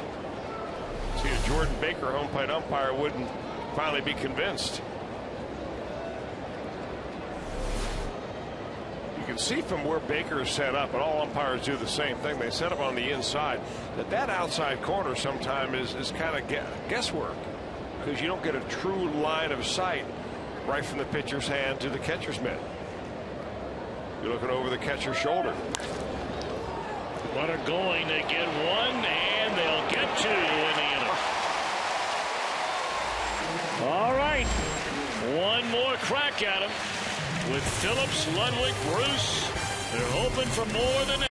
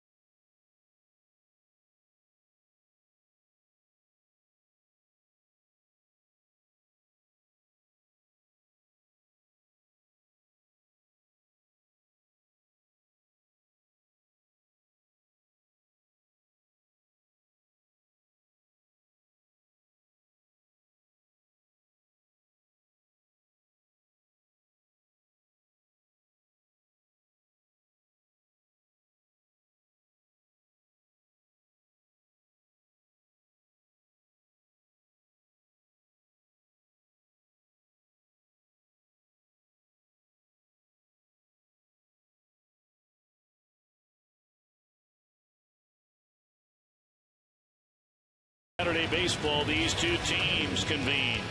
The Cardinals and the Reds. Fox Saturday Baseball, presented by Budweiser, begins at 3:30 Eastern only on Fox in the pitching matchup tomorrow.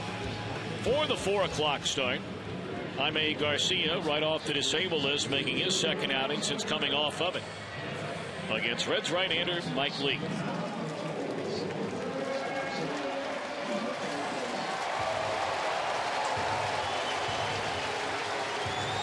Well, the Cardinals give the ball to their closer, Jason Mott. He has 5 blown saves so far this year. Now, those 29 saves that he does have qualifies him as 4th in the National League. He had 9 last year, one of a group, bunch of them, that 8 of them that had saves to the Cardinals in 2011.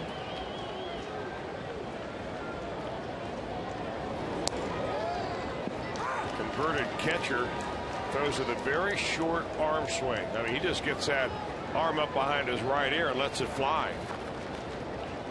Jackson goes to left. Acalzo goes to third.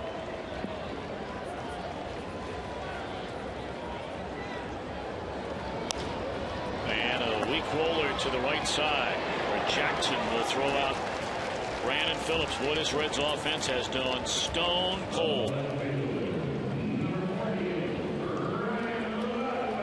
They had 2 hits in the first, 2 in the second, 3 in the third. Could not deliver the knockout blow. Got 3 more in the 5th. They have not had a hit since. The Scott Rowland double to knock in a run, making it 5-2 in the 5th. In fact, their only base runner since the 5th inning was the air charge to Freeze on the ground ball by Kozar.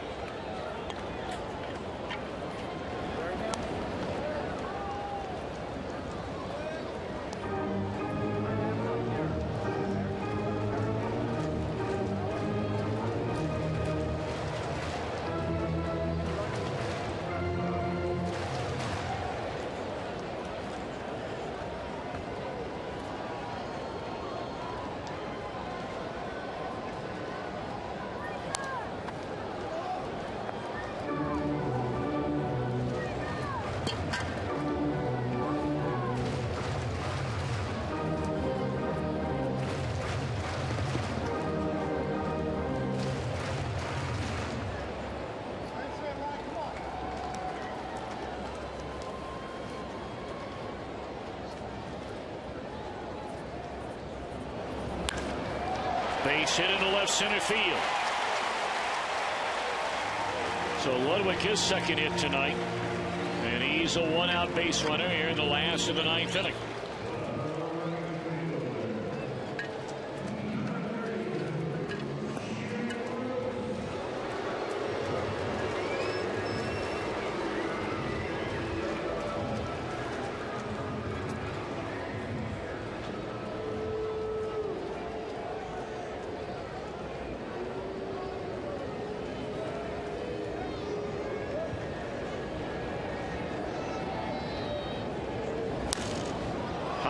Pop-up down the left field line on the first pitch in the at-bat, and this will be the second out of the inning. Reds are down to their final out. As promised, Miller time, brought to you by Miller Lite. After the 3-run home run to tie it by Craig. Very next batter, Yadier Molina. Beyond the leaping Jay Bruce to put St. Louis ahead. And they're still ahead with 2 down here in the 9th.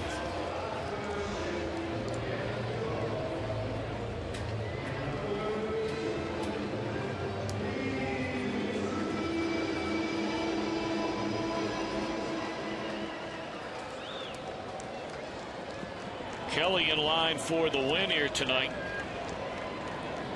And Madaletos in line for the loss unless the Reds can come up with a rally to tie or take the lead.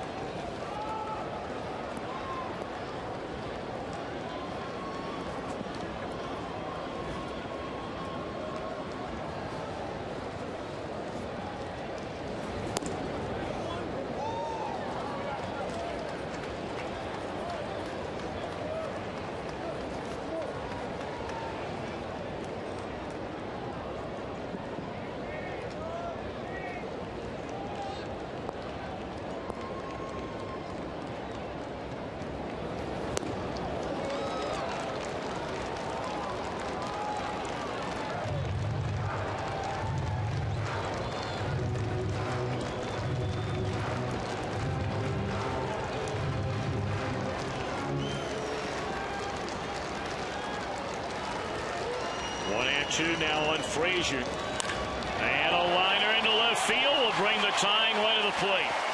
98-mile-an-hour fastball that Todd Frazier turns around right there and lays a rope into left field.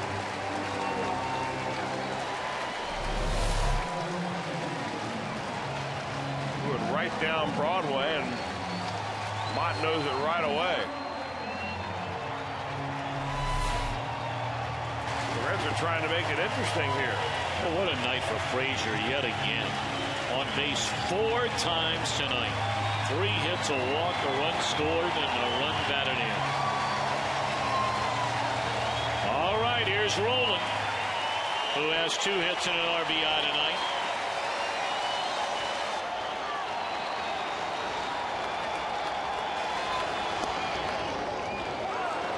Strike one, a fastball in the inside corner.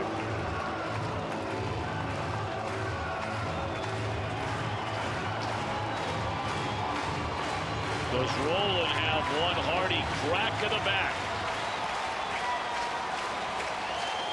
6 home runs. The 7th would tie it.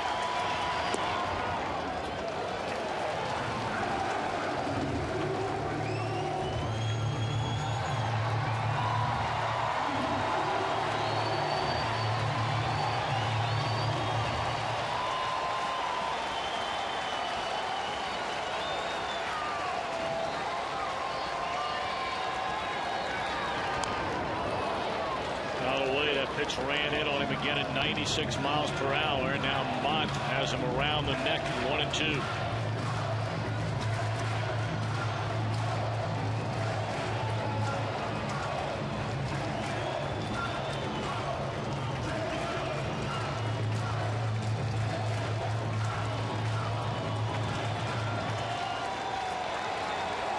Rolen very good, close and late. It's close and very late.